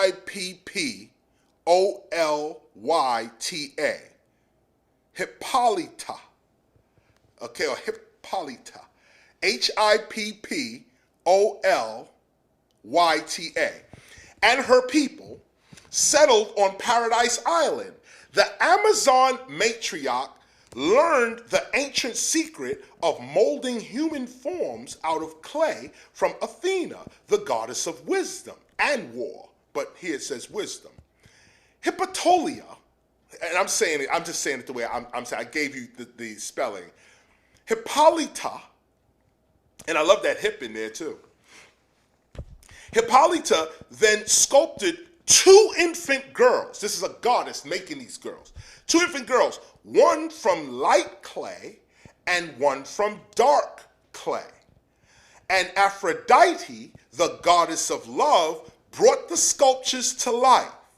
Just as the Olympian gods were about to bequeath the young girls special powers, like just before they was about to give them their special powers, Mars arrived in Hippolyta's chamber and kidnapped the dark-skinned infant, vanishing into an explosion of fiery light. Mars took the girl, whom he named Nubia, okay, to a magical floating isle called Slaughter Island. Black people, listen to your culture. Listen to this little piece right here, okay? Look at what they said. Mars took the girl whom he named Nubia. That's what the Greeks did, because remember, Nubia is the Greek term for Kush or Kush. Kush, K-U-S-H, Kush or Kush is what the Egyptians were calling this certain people in the southern part of Africa. They called them Kush. And the Greeks called the same people Nubian. This is where we get the word Nubia from. And of course, Nubia goes even deeper into meaning gold. It also means clouded and all this other type of stuff. Later on, probably in our lessons, we'll get into what Nubia and Kush and Ethiopia and Egypt or Kemet and all of that, what it means. We'll get into that throughout this year. But take a look at this right quick. And Mars is the god of war, too. And Mars also is the god of war. Mars arrived in Hippolyta's chamber and kidnapped the dark-skinned infant. Isn't that what happened to us in real life? Some war person came and took our kids. Okay? Dark-skinned infant vanishing in an explosion of fiery light. That's how they came. That's how the colonists came to our shores, with bombs, guns, attack dogs, and disease.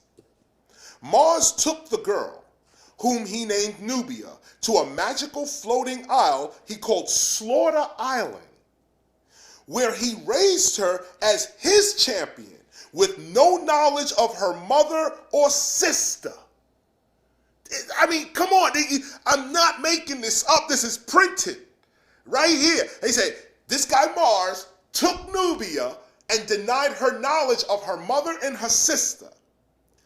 Athena and Aphrodite, two other goddesses, were never able to discern Nubia's location, while the girl was protected by Mars's power. Thus, Hippolyta, ashamed by her utter failure to protect her daughter, never told the other Amazons about Nubia, and raised Diana to believe she was a single child and the only princess of paradise, and she was the only princess of Paradise Island. Even as Nubia became the undisputed champion of her island, Diana herself won a contest to fight hate and oppression in man's world as Wonder Woman. Decades later, Nubia made her way to Paradise Island after the Amazons returned from another dimension and Wonder Woman's powers temporarily vanished. Were restored. Actually, she lost the powers and got them back. Nubia proclaimed that she was the true Wonder Woman. Here we go. See? Here we go. Nubia proclaimed. Now imagine these are nations against each other. These are civilizations that they are talking, but they're using Nubia and Princess Diana and Aphrodite. So if you don't study Greek mythology, you won't really know what this is really saying. You just say, oh, it's just a name. No, it's not. They're going into deep history as to what actually happened. Nubia proclaimed that she was the true Wonder Woman, and invoking Aphrodite's law, challenged Wonder Woman to a contest to prove it. The competition ended in a draw, and Wonder Woman and Nubia parted ways on good terms. Despite the latter's promise, Nubia's promise to return to and claim Diana's title and weapons as her own. Upon Nubia's return to the floating island, Kenya, one of her warriors, demanded to fight her for the right to be her prince. Did you hear what I just said? Kenya is what they're calling some dude now that comes in and wants to challenge Nubia to a fight so he could be her prince. Now, Kenya is a country in Africa, okay, a full nation, okay, in Africa. One of the oldest, okay, ancient. But now they got him as a dude here, okay? So they say, okay, upon Nubia's return to the floating island, Kenya, one of her warriors, demanded to fight her for the right to be her prince. Nubia easily bested Kenya in personal combat. This is a chick, beat this dude down, okay? But couldn't bring herself to kill him, despite Mars's best efforts. Remember, Nubia, look at this. This is Kenya, who's a black man, and Nubia is a black woman. Kenya challenged Nubia, and Nubia knocked the shit out of him. She couldn't kill him, even though Mars, who stole her, wanted him, Kenya, dead. Do you see how they do in the black family right now? Do you see? Do you see how the black families? This little right here is giving you a little message right here. Nubia her mind is gone because it's with Mars. She wants war. A black man comes up named Kenya and challenges her. And what does that mean? Black men challenging black women? What kind of message are we being told? You know, I'm challenging you to be your prince, to be your lover, to be your boyfriend, your man, your husband. I'm going to challenge you. And when Kenya challenged, the black woman beat his ass. Left him on the ground. And she couldn't kill him because of the love that Aphrodite gave to her. But Mars wanted her to kill her black man. Do you see this? She couldn't kill her black man because of the love in her heart. But there's another dude that wants the black man dead. Okay? And they're trying to get the black woman to kill him. You don't hear me. Okay. Watch BET, watch MTV, and bring it back over here. Okay? Here we go. But couldn't bring herself to kill him, despite Mars's best efforts. The Amazon percepts of love and compassion still coursed through his champion's veins.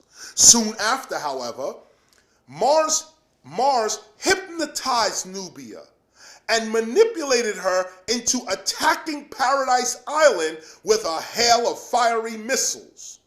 During the heated battle between them, Wonder Woman recognized a ring Nubia wore adorned with the symbols of Mars. Wonder Woman deducted that Mars was using the ring to manipulate Nubia's mind and destroyed it, freeing her twin sister from its thrall. Together, the Amazon sisters joined forces to send Mars back to Mount Olympus. Wonder Woman and Nubia parted ways once more, and Hippolyta, the one who created them, revealed the long-kept secret of her sister's birth to Diana.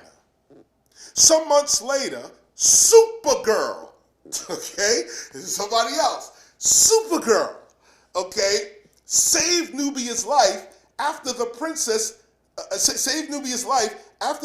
of Slaughter Island was infected with a shark-borne virus.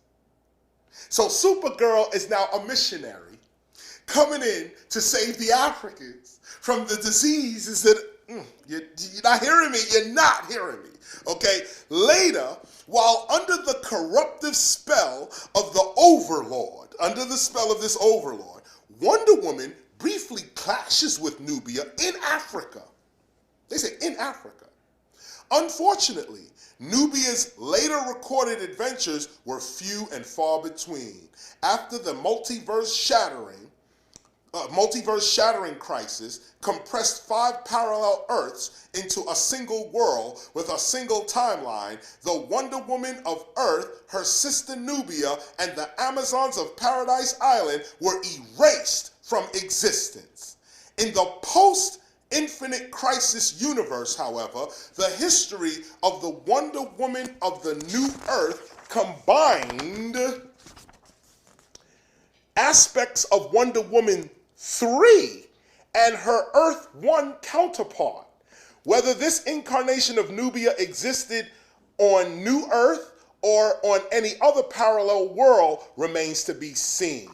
And they give you a picture here. Just want to hit you with this. Okay, if y'all could just see that. Oh, wait a minute. Can they see that? Yeah. Okay. That's Nubia, or at least that's the depiction of her. Okay, that's Nubia right there. Now, you can imagine that in years to come, if not the next Wonder Woman, there's going to be a black chick in the movie. Now, what I want to show you. Am I prophesying, or do I just have knowledge? You know that either the next Wonder Woman film or one in the future is going to have to reveal Wonder Woman's half-sister called Nubia. And what they're trying to say in this is that Wonder Woman has a full sister, black sister, which means Nubia has a white European sister. What are they trying to say? They're trying to say that when women unite, black women, white women, all women, when women unite, they have the power to knock out the enemy of their men. Did you hear me? When women unite, they have the power to knock out the enemies of their sons, fathers, and husbands. That's why our women look like what they look like on TV. Because if they show you the whore, there's no power in that. But if they ever show you the Kandake, the Queen Mother, Nubia, if they ever show you her, maybe black women may say, you know what? Let me turn my attention away from arguing with my black man and turn my attention toward killing this, okay? Okay, that's my lesson for the day, y'all. Next week, tune in, same time, same channel. Hopefully, I'll have my PowerPoint presentation ready and we can get even more shocking than what you have experienced here today. What is today's lesson? Today's lesson is that you have the ability to create anything your mind and character can produce. And it's really your character. They say it's your mind, but the mind is controlled by character. Once you have the right character, you direct your mind where it needs to go. This is a mystery school we're dealing with here. It's called the Temple of Hip Hop. This is a modern day mystery school. We're not a religion. This is philosophy.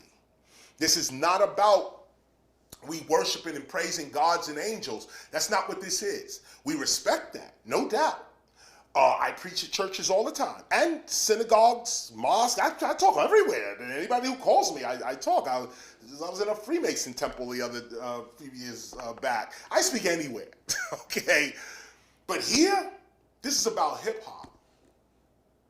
Here, this is about hip hop.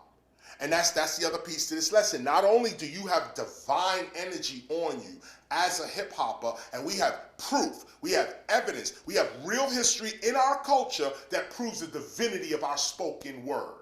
We have proof. So that's the first lesson right there. Hip hop is a reality maker. Watch your words. Things that you want for yourself, take 5 minutes just before you go to bed and visualize yourself being where you're supposed to be. It's so simple. And really, it works better when you're young, because when you get older, your mind is more conditioned. You don't believe nothing no more. You're beat down. You done seen racism. You don't believe God no more. You're old now, and now it's time for you to go.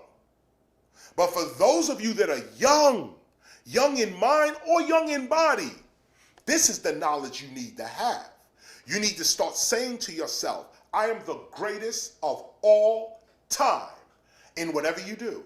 Say, I am excellent in what I do. I seek perfection in what I do. Think highly of yourself. Think broader of yourself. This is the lesson that I'm imparting to you today. Next week, 7 o'clock, Temple of Hip Hop.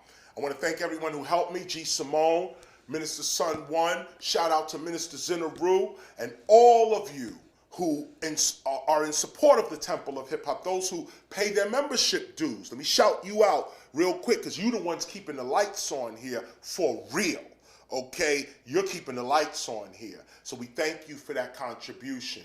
Those that would like to add to that contribution, go ahead and add. Like I said before, it's $100 a month. But again, we're not asking you to put your money down like that. If you want to put your money down, we will take it and appreciate it. No doubt. It helps things here. But understand, we are not here for your money. We're not here to make $1 million on this. Our children's lives are at stake. This is the point. And I said this 20 years ago, and no one listened. Now we're getting shot in the street and thrown in jail, and we could have prevented it. But now I said, okay, this time around, I'm going to go public. I'm going to go public. And those that want to hear it, hear it. I don't need 100,000 people to listen to what I got to say. I only need one. If one person heard what I said here today and considered hip-hop in the way that I've won. I did my job. That's it. If one person said, no, I think I'm gonna approach hip hop the way in which KRS-ONE is explaining it. I think I wanna see the truth. I think I want this to be preserved for my kids. I think I wanna put my money where my mouth is. If that's you, welcome to the Temple of Hip Hop. Shout out to Jam Master Jay. See you next week.